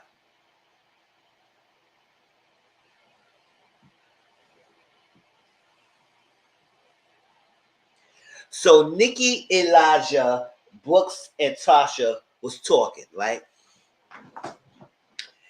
And Tasha wants to talk to her friends about what's going on, about her update with her and Veron and what happened. And Elijah was being his normal self, being interruptive, being rude, giving his opinions. Now, his opinions was not wrong, but he was doing his normal fashion. So while he was speaking on that, he was doing that. Tasha was getting upset because he was kept interrupting her. He was making it about him. He was making the side questions and side comments. He said, "Oh, what you did? This is like that. Oh, you gonna believe it? You just went to the hotel, all that stuff." He making all that. So it was getting Tasha upset, and everybody was listening. And it was like trying to check Elijah about his behavior towards Tasha.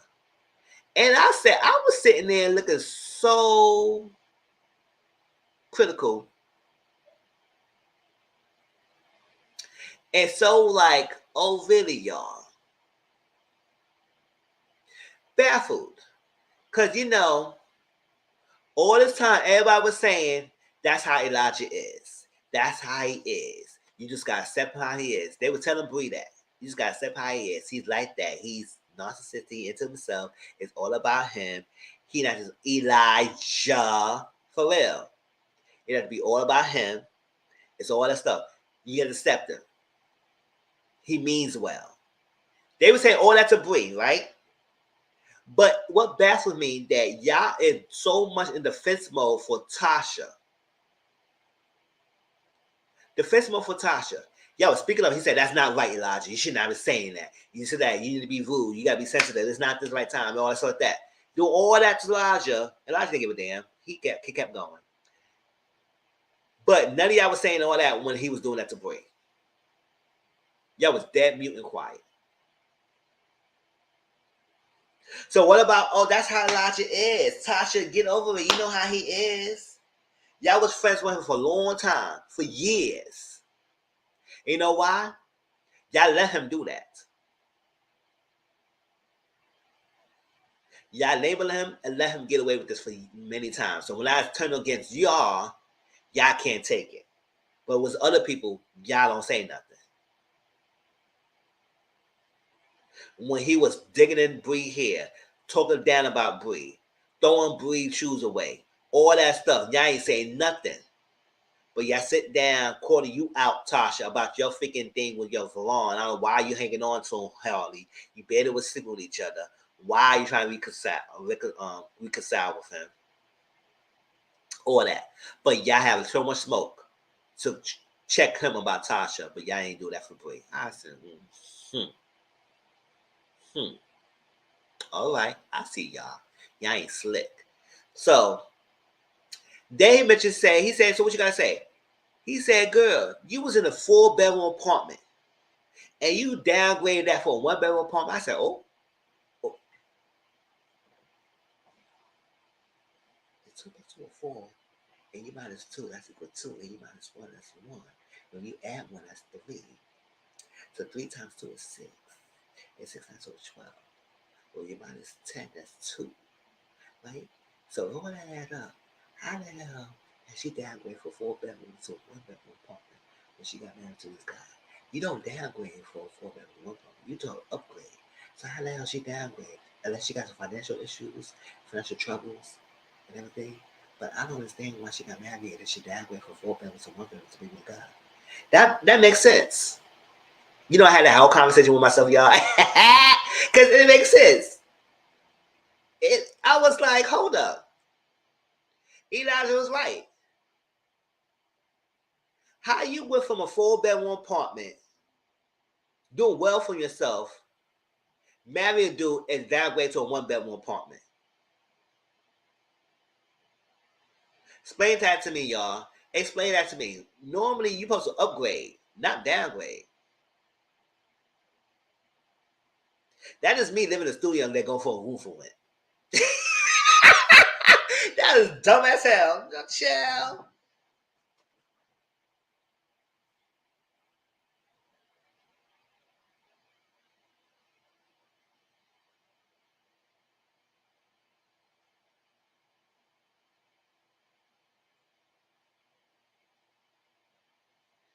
Does that make sense, y'all?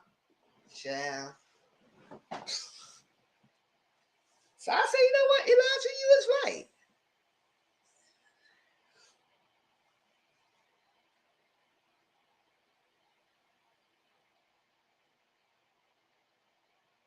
Hmm? Her past will hinder her. Oh, why Elijah don't agree.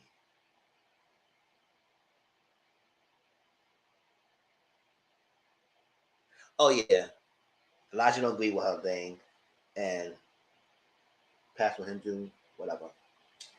Everyone comes from Jonathan, but really don't have to say okay. Oh yeah, so Tasha did right. It does, right? It don't make any sense. So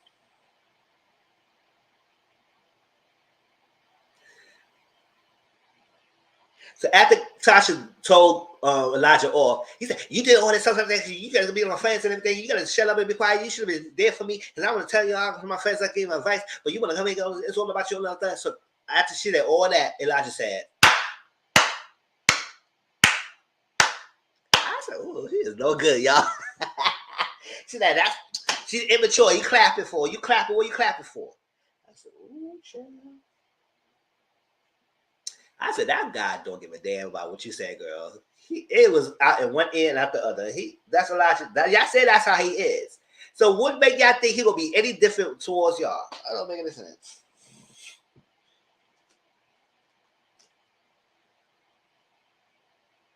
So Shayna, he is a mess. He is a mess. But I was here for him when he came to War Tasha. Now I ain't like when he was yelling at her. It's not cute at all. It's definitely not cute. It's definitely not. So with Shayna birthday baby shower, cause Elijah Bree was putting everything together. Bree looked nice with her pink outfit on. I said, "Go ahead, Bree, you better work it." And then Elijah came with his little Elijah fashion. I don't know. Jay Brooks, Jay Brooks. So they all got together, and Jay was coming around there like he was doing something. I said, "Jay Brooks, you was barely around. So what kind of stuff? What plan you did? Because all the time they tell us you were so busy. So now you want to come in the baby shower like you put some effort into this freaking baby shower." I said, "Don't sit down and take no credit. You better sit your behind there." So then Elijah came with some freaking teacups. And then he had one job to get the tea and stuff ready, and he had that ready. I said, "You coming in doing all this and you get the tea ready?"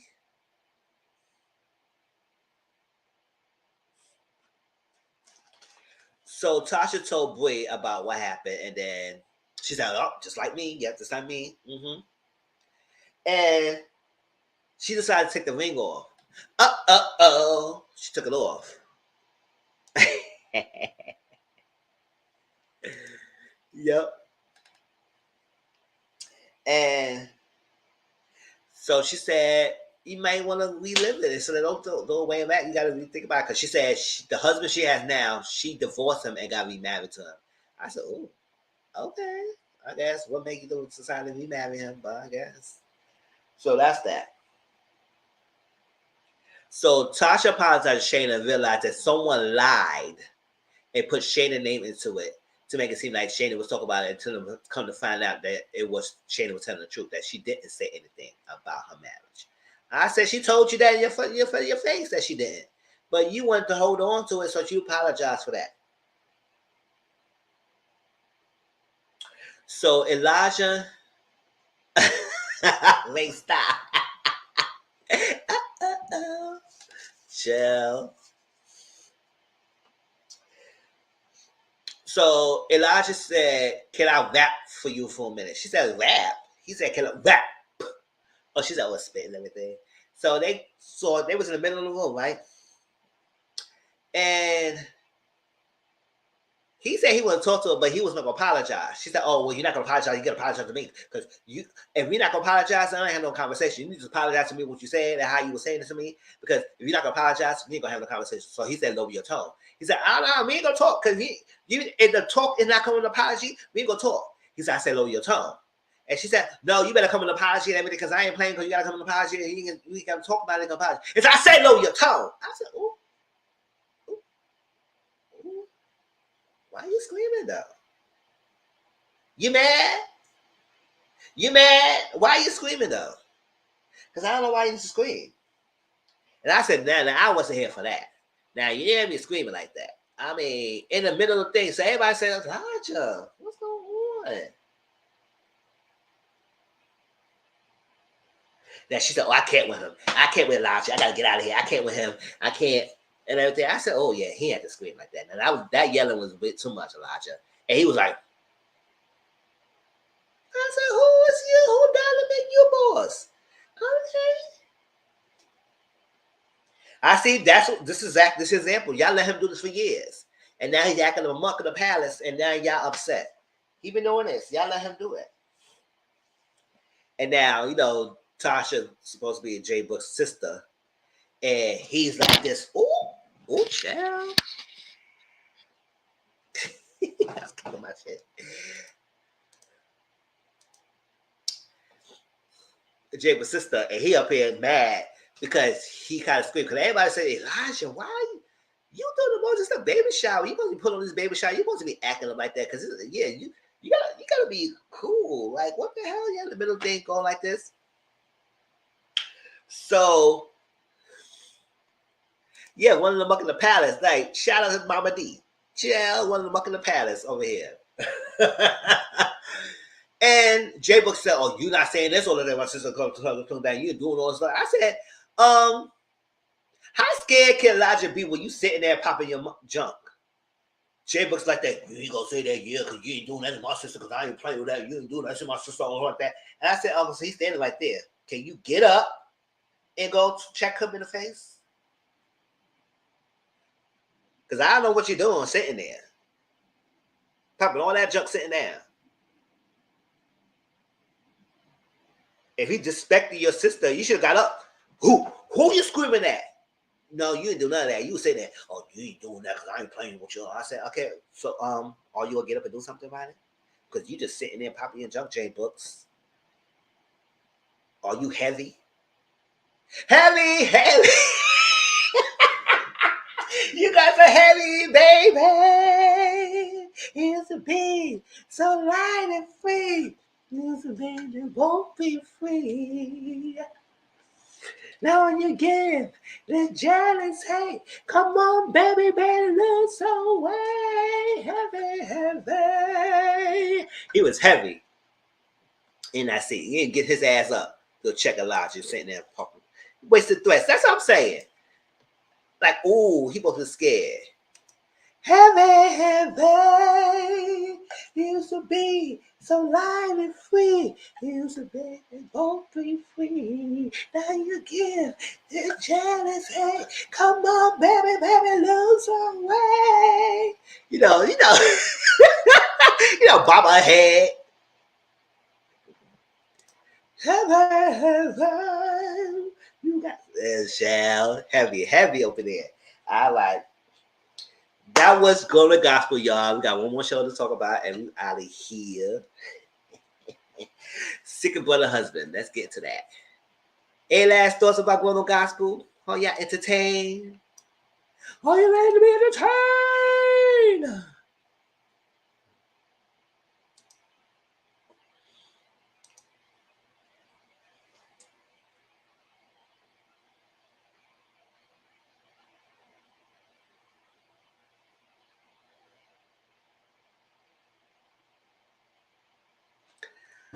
All right, y'all. Sick of brother husband. Let's get into this little mess. All right.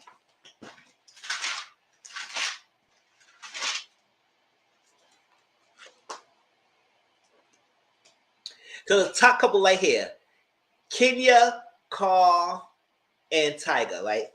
So they went to go apartment hunting, house hunting, whatever you want to call it. And they try to get a 3 bedrooms because I just want the gospel. Yes, with the gospel, because they ain't being grown. They act a child. So we could say adolescents in gospel because we ain't getting no grown people yet. Yeah, what's the song? All of my steps in a walking Lord, lead me, guide me every day. Like we ain't get none of that. order my steps in your word. Please order my steps in your. Oh, I like that song. All right, so they go apartment hunting, right? They get 3 bedrooms because Carl got his own room. He gonna have his own. Tiger will have his own because he don't like that because Kenya and Tiger were sharing a bedroom. They the primary sex partners in a relationship, and now he's upset because he's like, now she trying to get another bedroom for herself so she can entertain her another person because she want to expand the heaven and everything, all that stuff like that. And they went to the figure person, and she said, "Oh, we need to get 3 bedroom because this is my husband's." And the realtor said, "Oh, okay." And he said, "Oh, that's a shocker." I was like, if I was realtor, I said, "I don't give a damn how many husbands you have. You got my commission? Like, listen, you got to get the apartment because I get my commission. It is what it is. Unless you can pay for it, it's what it is. So you could have many one husbands. If you look at this apartment, get my commission, and that's all I care about." But she was like, "Okay, all right." I know that lady was like, she looking at them. She said, "Oh, okay." And Kay said, "I would love people to ask me questions. Just ask me questions." I said, "Okay." And when she asks you a question, don't be offended. That's what it is. So Tiger is not comfortable with the move and splitting it to make it a 3 bedroom. Because first of all, it's happening too quickly. That's once. And second of all, he wanted to get a commitment ceremony with her. And he being hesitant about it. She's being hesitant. Yeah, this is your trick to say. I wish more people would ask me about it. That's what I'm saying. Why people need to ask you about it? Yeah, she would love to speak on it. I said, "Girl, you way too excited for this," but I guess what it is. That's what I said. It's interesting to listen to the woman's perspective on it. And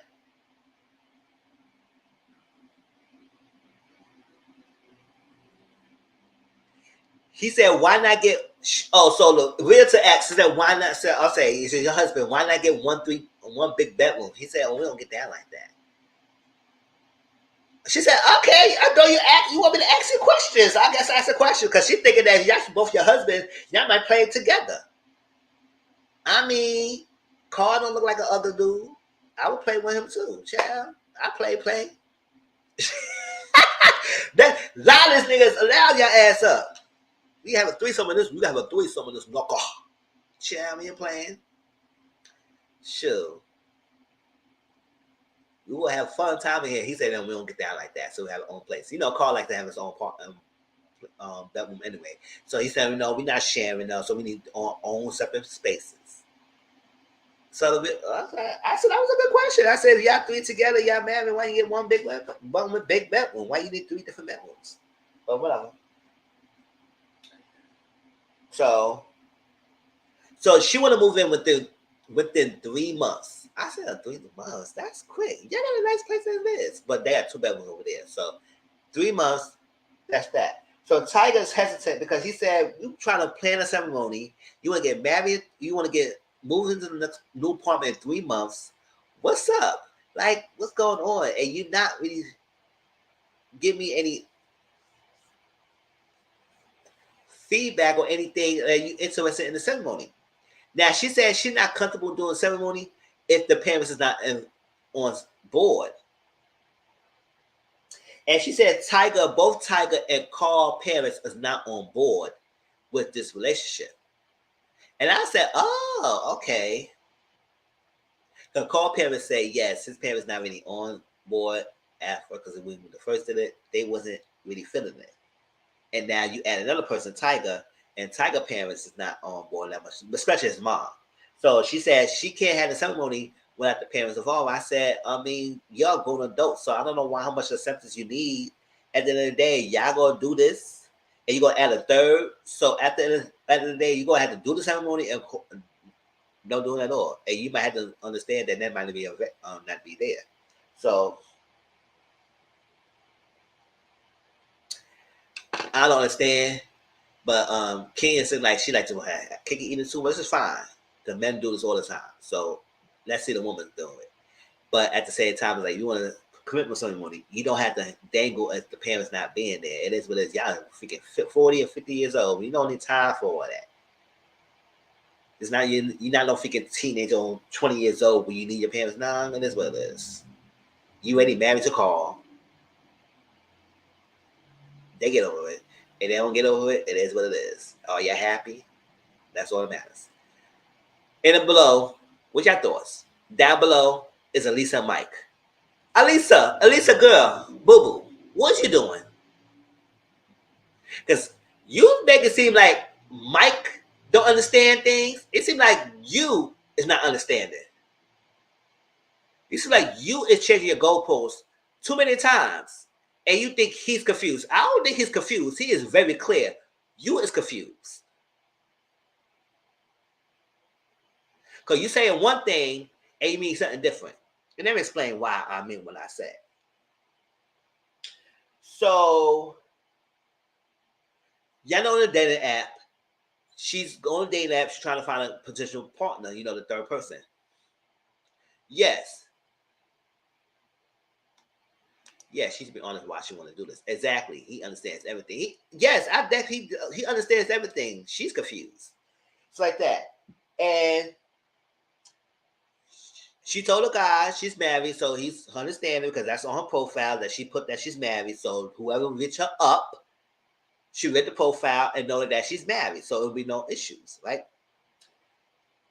She said Mike is a little bit more reserved. I said, cool. Not everybody can be outgoing. And that's what it is. So she went on a date with a person named a painter named Isaac.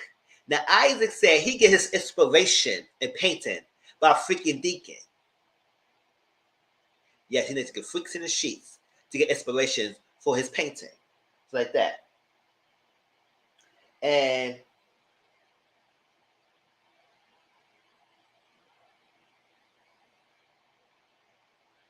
his personality is open-minded. He open-minds a lot of things. I say he's freaky, he's sexual, so he's open-minded. But it is what it is. So she's not fully on board yet. We all know all that. I'm gonna rob her fully on board, but I did just mention that it's not fully on board of the whole thing yet. Mike is not really on board with everything. He's trying to figure it out, but he's still not there yet. So she was talking to him. He's very self-aware. He likes to have fun. He's very spontaneous. This is a date, Isaac, that she's talking about. But he likes to have sex, and he's sexual because she was asking different sexual questions, different things, how she did, and she realized that he's very experienced in a lot of things. And he said he works inspired by sex. And he said he have dealt with people who'd be married before in a sexual way. So she thinks that he's just a playtime thing going on. And he's not going to be really so much in a serious relationship because that's what she wants. She wants someone to connect in a seriousness and more potential and not just sex. And that's what she wants. That's what she said.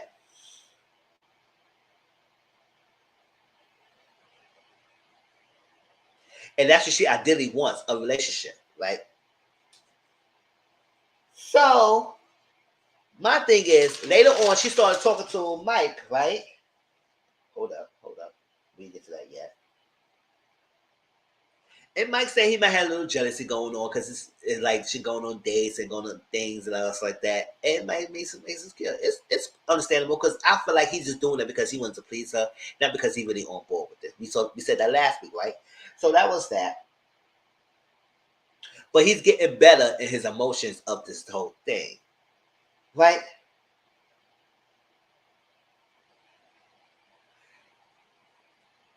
They mentioned about the date, Isaac.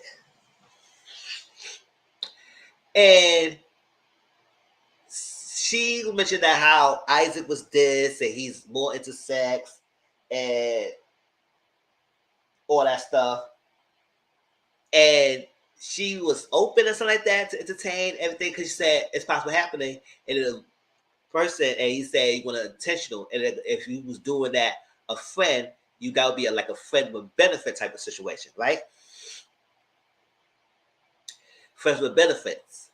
And she said that could happen and everything. I said, girl, no. You said you want intentional partner, a relationship.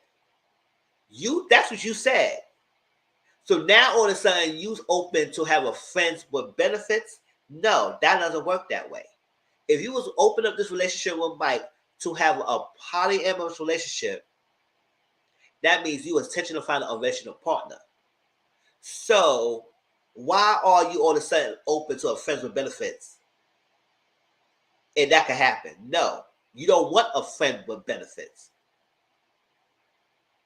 And that's the case. That's not someone you would be in a relationship with. Because if you was open to the idea, like, oh yeah, it could happen, there might be a possibility. He said no. Because you were intentional in one relationship. Now all of a sudden you could do a friends with benefits. Friends with benefits is not a relationship. So now you say that he combated to you because he started clocking you on what you're saying. Now you say he don't understand. I said no, he understands perfectly clear. You is switching up. So what you want? Do you want an intentional relationship or you want a friends with benefits? Because a friends with benefits is not a relationship.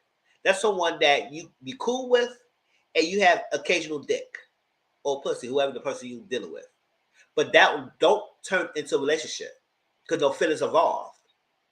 You want feelings and emotions involved. Now you can say you don't have no feelings and emotions, you can just do it. No. You changing up. So he's perfectly clear. You need to be clear, Eliza. She just wants some extra. Exactly. Yes, Jada. She was acting brand new. Like she don't know what he no, Mike clocked you ass. And he know what the hell you was doing. No, you try to switch up. Now that could happen. No, I'm friends with benefit can happen because you want a relationship. We not having a friends with benefit. He not comfortable with the idea you have occasional sex. No. You say you want a relationship. So you need to cultivate that.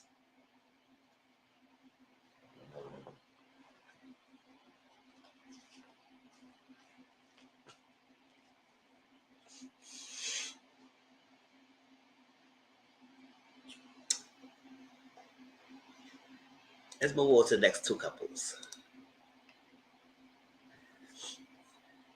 Kim, Dustin, and Vincent. Um,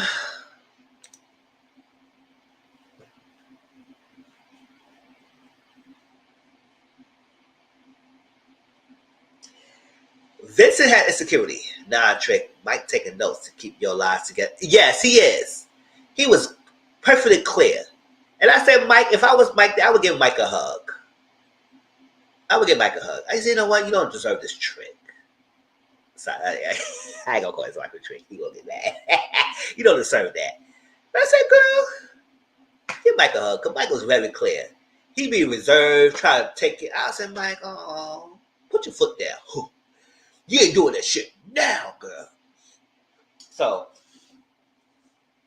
Kim, Dustin, and Vincent. Vincent is not happy what's going on. He's not ready to open up the relationship because at the end of the day, he's really cool with Dustin. Him and Dustin's gonna go along. He's they cool, and he can't fathom the fact that she want to go on a date with other people and everything else. I said she did with Dustin. She gonna do it to you. So you just gotta understand. But he's not ready yet. He's insecure. He said he don't know where he fits in because I don't think he live in the house with them right now. He not. He don't live in the house with them at this moment. And so he trying to understand what's up. Like I can't. And he had to sit down with Dustin. And Dustin told me at first he said no. At first he had to really work on his emotions because at first he wasn't with it. But then he started realizing and everything, and then he wanted to find a partner that she has that they could be cool with, and then you and Dustin is cool, and he was like, it's good. So he got better with it. And he had to turn down the volume of how reactive he get. Because at first, Mummy Dustin probably was reactive. Because at the end of the day, this is always new for other people. It's just like the sick and sister wise. A lot of these ladies, it's new for them. So they're reacting the emotions as well. So it's just the same doing guys. So it's new for them to open up a relationship to polyamorous relationship. So it's like, it's a lot going on here. And then we add a new person, and then he realized he's the second person and realized that you're going to do this again with someone else. And when you have established with y'all together and see what's going on, it creates the whole thing. So this is more of he trying to figure these things out and he's not happy. And I said, listen, you act like you was the main guy. Dustin's the main guy. And he's cool with it. Now I don't know if that's how somebody feel about the other person, but I guess he's into the lifestyle right now, so it is what it is.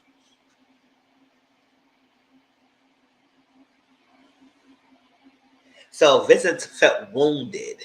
He felt very wounded about things, and he just don't know. He said, "Oh, I can't." She just, I can't. But I said, "All right." So that's that. So we got the new couple, y'all. We met the new couple named Shara. She's in the middle. That's the bottom picture. Shara. Then we get Mike. Oh no, not Shara, Mike. Shara, Patrick, and Nobi. Shara's in the middle. Patrick is right here. In this end right here. And Nobi is the one she got the glasses. That's Nobi. So Shara and Patrick been married for 13 years. 13 years, right? And Shara's 43. She's an artist and creator. They opened a scene in painting, but that it was like swap paper all over the place. You know that thing when you spin things around, it's paper all over there. That was the paper she was doing. Patrick, who she met for 13 years, he's 47. She called him Babe. I guess. I mean, that's her nickname. Okay. And Noble, she called him Nobi. He's 39. Right? So that's that. And then she met Patrick, and they've been together for 2 years with Noble.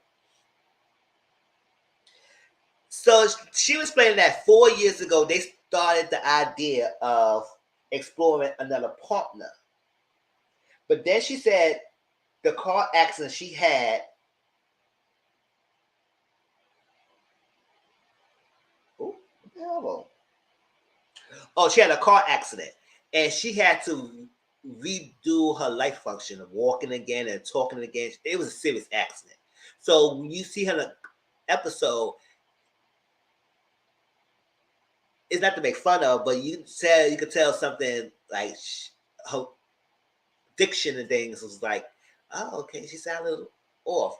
But now she's explaining how the backstory was like, okay, explains why she's talking the way she is. So it was like that. I wasn't making fun of her. It was like, okay. And so because of that, the sex life between Patrick and Shara declined. They were basically having a sexless marriage. A sexless marriage. He wasn't touching. I don't know. Maybe he got turned off. I don't know what's the reason. He wasn't turned on by Shara anymore because of the accident. But they do realize they do, even though they had a sexless marriage, and everybody was telling them, "Oh, you need to leave your marriage. You didn't have no sex like that." They are soulmates for each other. They love each other and everything. So it's not after they just because they had not having sex, even though it's important and everything. But the bond they have with each other, minus the physicality, is strong enough for they won't divorce each other, so they stay together. But they opened it up 4 years ago for some other partner and everything. But she said they had a sexless marriage for 10 years. So I said, all right, so look, y'all been married for 13 years. 10 out of the 13 years, you had a sexless marriage. So and because the sex and marriage happened when you had an accident. So after the 30 years of your relationship, you had the accident, and then 10 years from after that, you had no sex with this guy, Patrick. And then 4 years ago, you started exploring things. So I was like, I'm trying to understand the math there, but it's a Rubik's Cube. Y'all figured it out. It's like that. So, but she couldn't see no life without Patrick. So she said Noble is a adventurous person. He's a comic book creator. And around the panorama.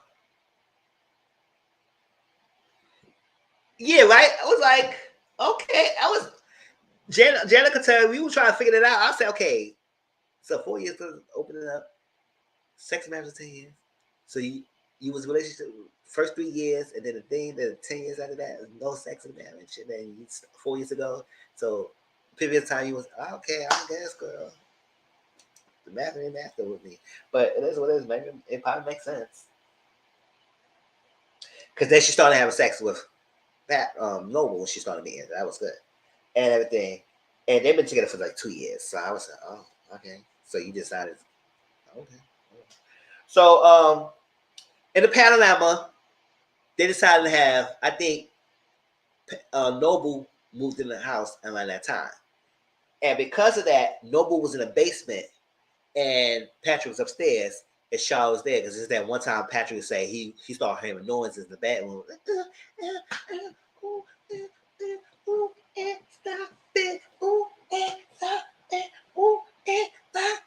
They would do all that, and he was saying noises. It was weird. But they had a schedule. She said nighttime she would sleep with Bay. That was Patrick, and then at when Bay go to work, she goes to Noble,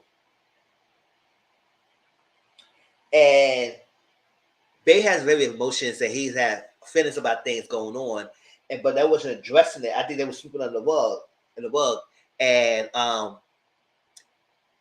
I guess at that time, Bay expresses feelings about things to Charlotte, but Charlotte was not addressing it. And I guess at the panorama time, the emotions enhances, and I guess he was respecting boundaries. He was upstairs. He said, "No, his place is downstairs." And that's what it is. If his place is downstairs, his place is downstairs. Don't bring him up here when it's over here. When he's supposed to be down there. I don't need to see him down here. Why he up here? So that what it was. It was some issues and the boundaries. I guess she wasn't addressing it and everything. So after a while, he had to move out. Nobody had to move out the house because the day was getting muddled and Patrick was frustrated. There's a panorama. There's a lot of things going on. And I said, well, he supposed to be contributing to the household or not. I don't know what was the reason, but he had to move out the house.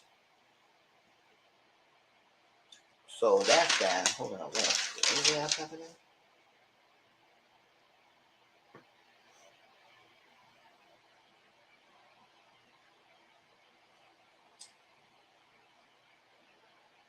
Oh, Carl did tell Tiger that Kia's big on family. And that's what it is. She's big on family. She went to family acceptance. She's big on family. That's okay. But I think Tiger did say that his mom cut him off. His mom cut him off, so it'd be hard time his mom on board. All that stuff like that. So Noble and Charlotte drifting apart. I like this because they're drifting apart because he's not in the house anymore. Oh, Jen, are you laughing at me? And he wants to be more involved. So I don't know more about me in the household because at that time, maybe it was a lot of frustration of finance and sex and the house and the boundaries. He going upstairs. There's a lot going on. So she said he moving like more of a fling type of guy and not a ring type of guy. And she also saying that he moves like a single person. Oh. I get it because if y'all supposed to be doing a relationship, he moved like a single person. He's not in the house anymore. So he's in whatever place he's at. If y'all drifting apart because he's not close to y'all, I don't know.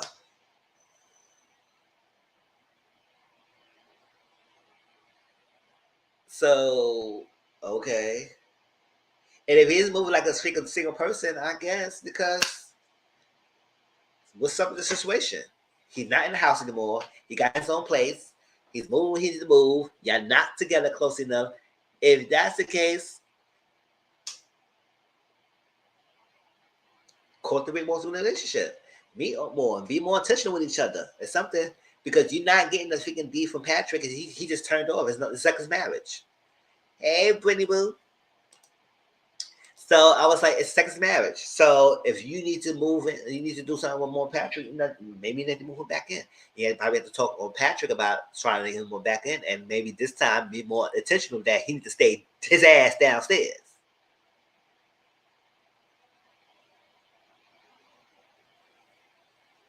And he's ready. So he moved like a single person. I don't know. Y'all need to work that out. We're gonna see more about this relationship right here, y'all. Because next week she wanted to talk about baby. And I said, okay, baby, what baby, girl? Because you can't even get this situation together with Patrick. And I said, who you having a baby with? You're going to have to be on me Noble because Patrick not giving you no dick. You had a sexless marriage. So he going to get a baby by Nobi? I said, now you want a big baby in this situation, girl? Oh.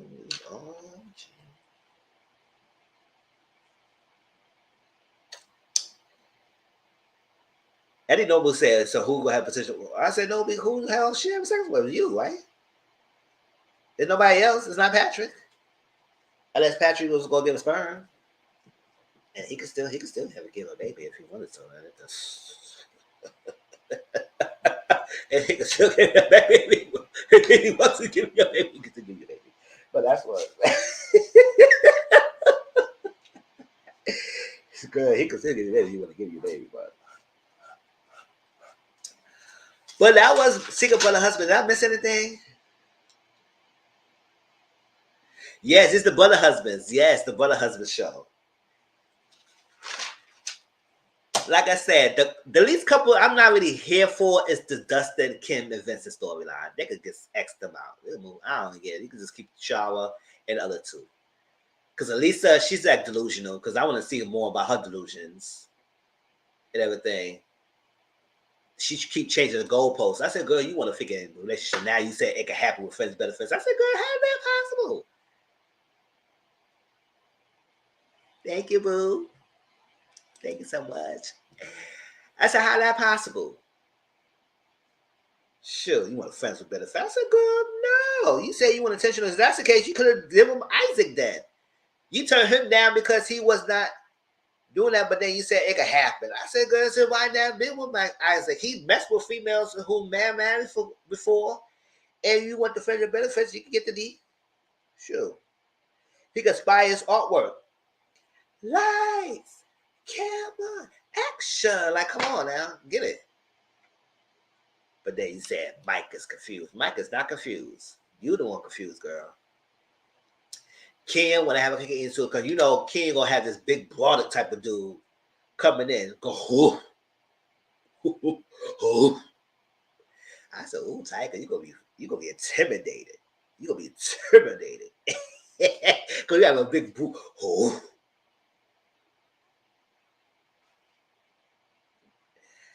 I was like, "Chill." I said, "Kid, you got equal opportunities, girl, right here, girl." Shit, because that muscle guy, compared to Carl and Tiger, that guy was a muscle bound. I said, "Okay, Ken, what the hell you pulled him?" And how this gonna work with y'all three now? Yeah, y'all know y'all gotta watch the episode. It's on TLC, y'all. He look brawling as hell next week. I think he gonna come next week.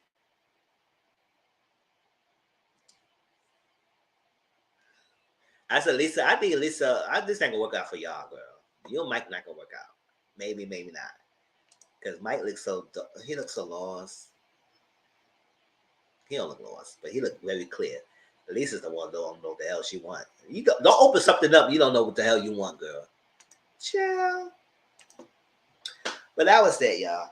So, that's the moment you stay here. Let me tell you. Do you want to do a joint Real Housewives of Atlanta and Summer House next month? Because Summer House and Real House of Atlanta is going back to back on Sunday on May 7th. So I was thinking that on Monday we'll do a Real Housewives of Atlanta and Summer House joint review, like we did when we did Cabaret and Bad Boys. If you want to do that, let me know. We can do that. We can alternate channels like we did last time. Oh my gosh. So that's coming up, y'all. So stay tuned for that. Power Review, I'll probably do a pre-recorded. We'll see. And put it out there for y'all through the week. SW Review will be pre-recorded as well. We'll put it out for the week. Catherine Review, get it out there. And that's it. Next Sunday, I think I will do Love is Blind. So at the 4 o'clock, yeah, because I will keep the 10 o'clock for Power. So the 4 o'clock, I will probably do the Love is Blind. So let's watch the episodes. Let's watch. I didn't see Power yet. I did not see Power yet. So I said I'm going to watch it probably when I go home with my family on Monday. And then I'll do my review on it. And I put it out there for y'all. So no power live on Sunday because there's no live tomorrow. That's why I did a live tonight. So y'all will get that out there. Oh, that's a lot. Love and Blind is good this season. It's not bad. Now, just don't watch it to the attention that somebody gonna find love. It's just all about pure entertainment. Because I'll give up with the shows anyway. I'm just like, it's not bad this season though. I ain't fine. It's better than last season. I gonna say that. But some of the dynamics, things going on here. So it's discussion. So next Sunday, 4:00 will be Love is Blind review. Just watch everything. Keep up. So we'll have a conversation, y'all, discussion. So be ready. I want to hear y'all discuss, y'all talk. So just watch it. It's not bad. If you want to skip past the parts, watch from episode 4 and beyond to save you some time.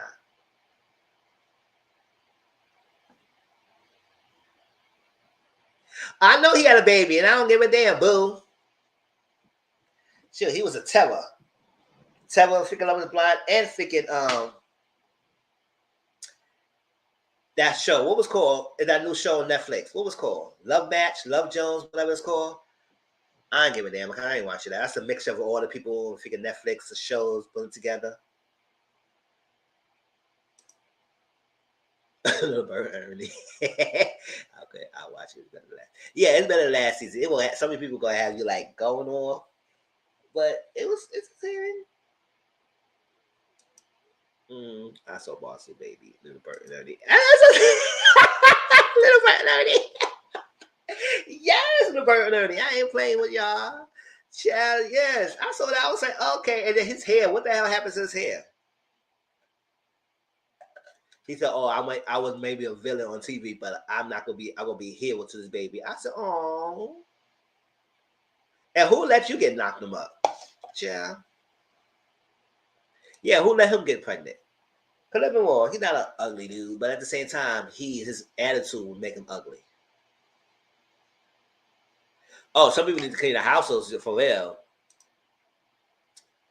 They need to keep their household, especially Kwame. His house is ridiculous.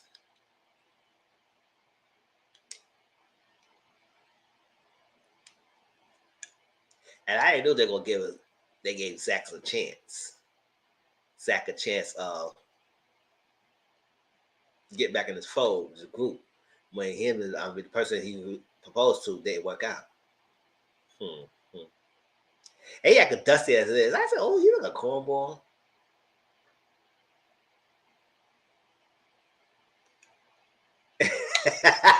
So I'm here look like a boo your grandma keep in the house for years. Exactly. And they're going crazy looking. That's what happened to the high top you had before.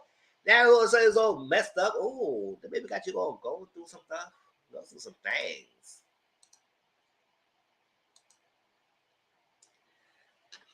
Anything else going on, y'all? So I saw here.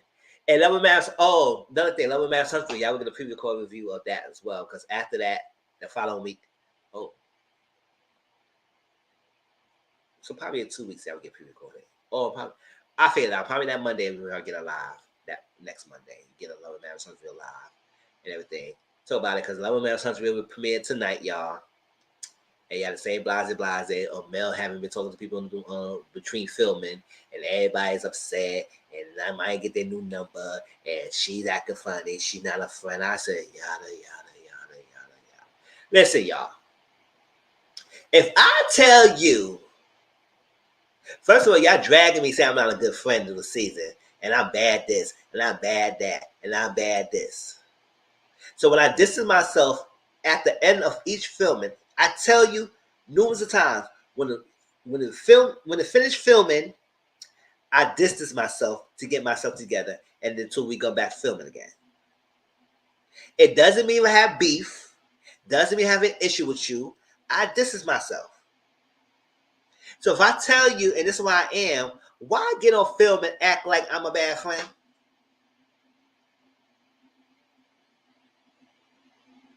Oh yeah, I heard that dusty ass Potomac filming again. They didn't get out my fucking face.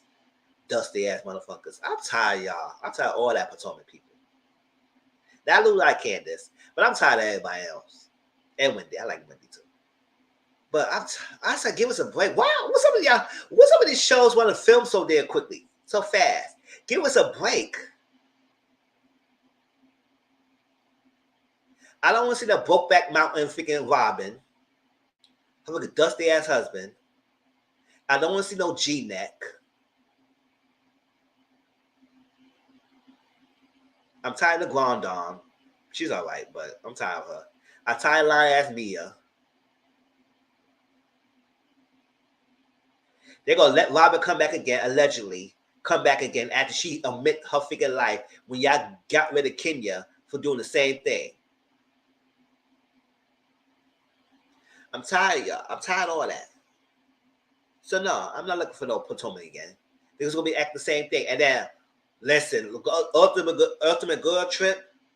All I'm seeing, Peach Juice, G Neck, and Candace name. Peach Juice, G Neck, and Candace. Peach Juice, G Neck, and Candace. Y'all know who Peach Juice is. Y'all know I don't say her name. And that's all I'm seeing on Twitter every week. I said, damn, I know it's more girls in the show than nobody else giving anything.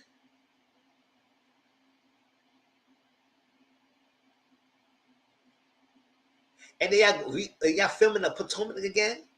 Allegedly all the girls are coming back. What? Why? Why? Shake up the cast. Why? So no, I'm tired of it.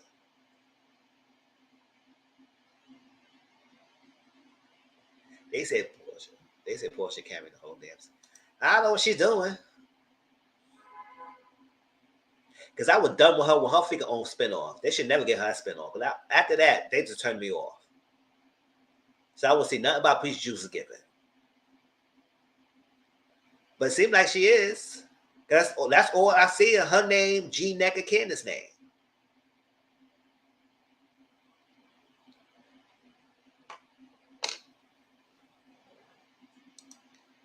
G Neck is arguing about figure $442 a bottle. I said, girl, oh, you supposed to be rich. You could buy another bottle. And I bet you that bottle was in her figure room. Drunk, dusty behind. Can't even figure out what the hell her bottle left. And no, you're not going to search my room. Because I don't want your dusty ass bottle. Yeah. Oh, don't speak no Spanish in front of me. Don't speak no Spanish in front of me because I don't know if you're talking about me. I said, girl, shut up. Yeah, Peach Juice is by herself. When her family, no. That turned me off of her. And how she acted, child, you act the whole fool and act like it was Dennis. Girl, it was you.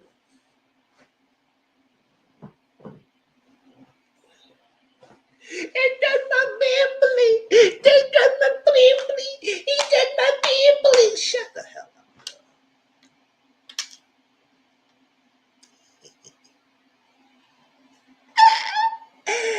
Yes.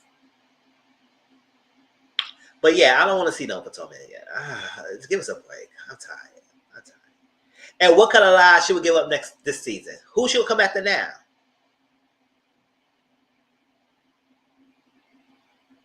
She came after Wendy last season. She came after Candace this season. She go after Karen numerous of times. So who she go on? Who she going after this time? Who's next? She not gonna go after Robin because that's her bestie. Who? Mia. Mia's like Bryce Brigade. So who she go after?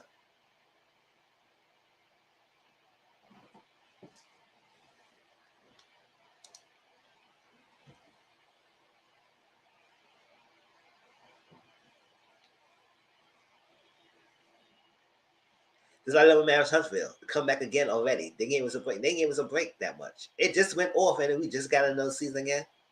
And both of the same thing. Oh, now it's not a good friend. Martell want Mel back. Yes, we know that. He want to manifest a prayer with her.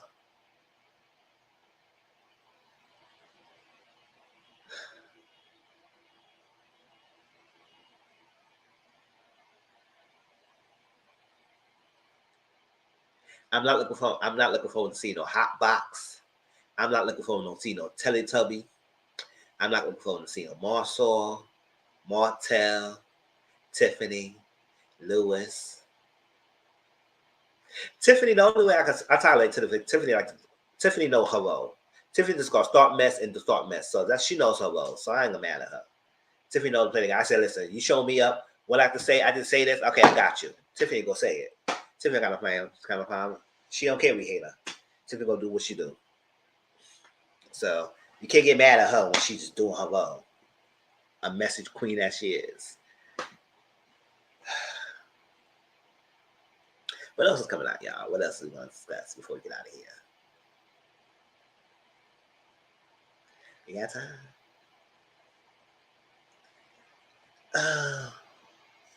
Survivor R. Kelly, I gotta watch it, y'all. And go finish watching that and see if that's gonna be something I want to talk about.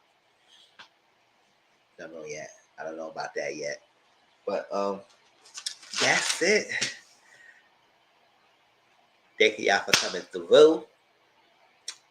Appreciate y'all. Y'all have a great Easter Sunday. Joy, relax. There's no live again tomorrow at 4 or 10 o'clock. I won't be no panel. If there's a panel, I'll be joining my family. But y'all will get the reviews out through the week. It's going to be spread out. So please make sure y'all watch them. Good night and everything. I love y'all. Y'all thank you for coming through in the Saturday night, Sunday morning. All that stuff there. Y'all have a good time. And don't be a stranger. I'll still be on my social media platforms and stuff like that and discuss and chit chat if y'all want to chit chat. But talk to y'all later. Peace out. We could talk about R. Kelly on Discord if you don't want to do a whole lot. And yeah, that could be about to do another thing. Yep. Yeah, we can do that. If I don't do live, we can discuss it on the Discord. But yeah, love y'all. Appreciate y'all and everything. Yeah, have a good night. Like I said, I'm still reachable. So I'll talk to y'all later. Peace.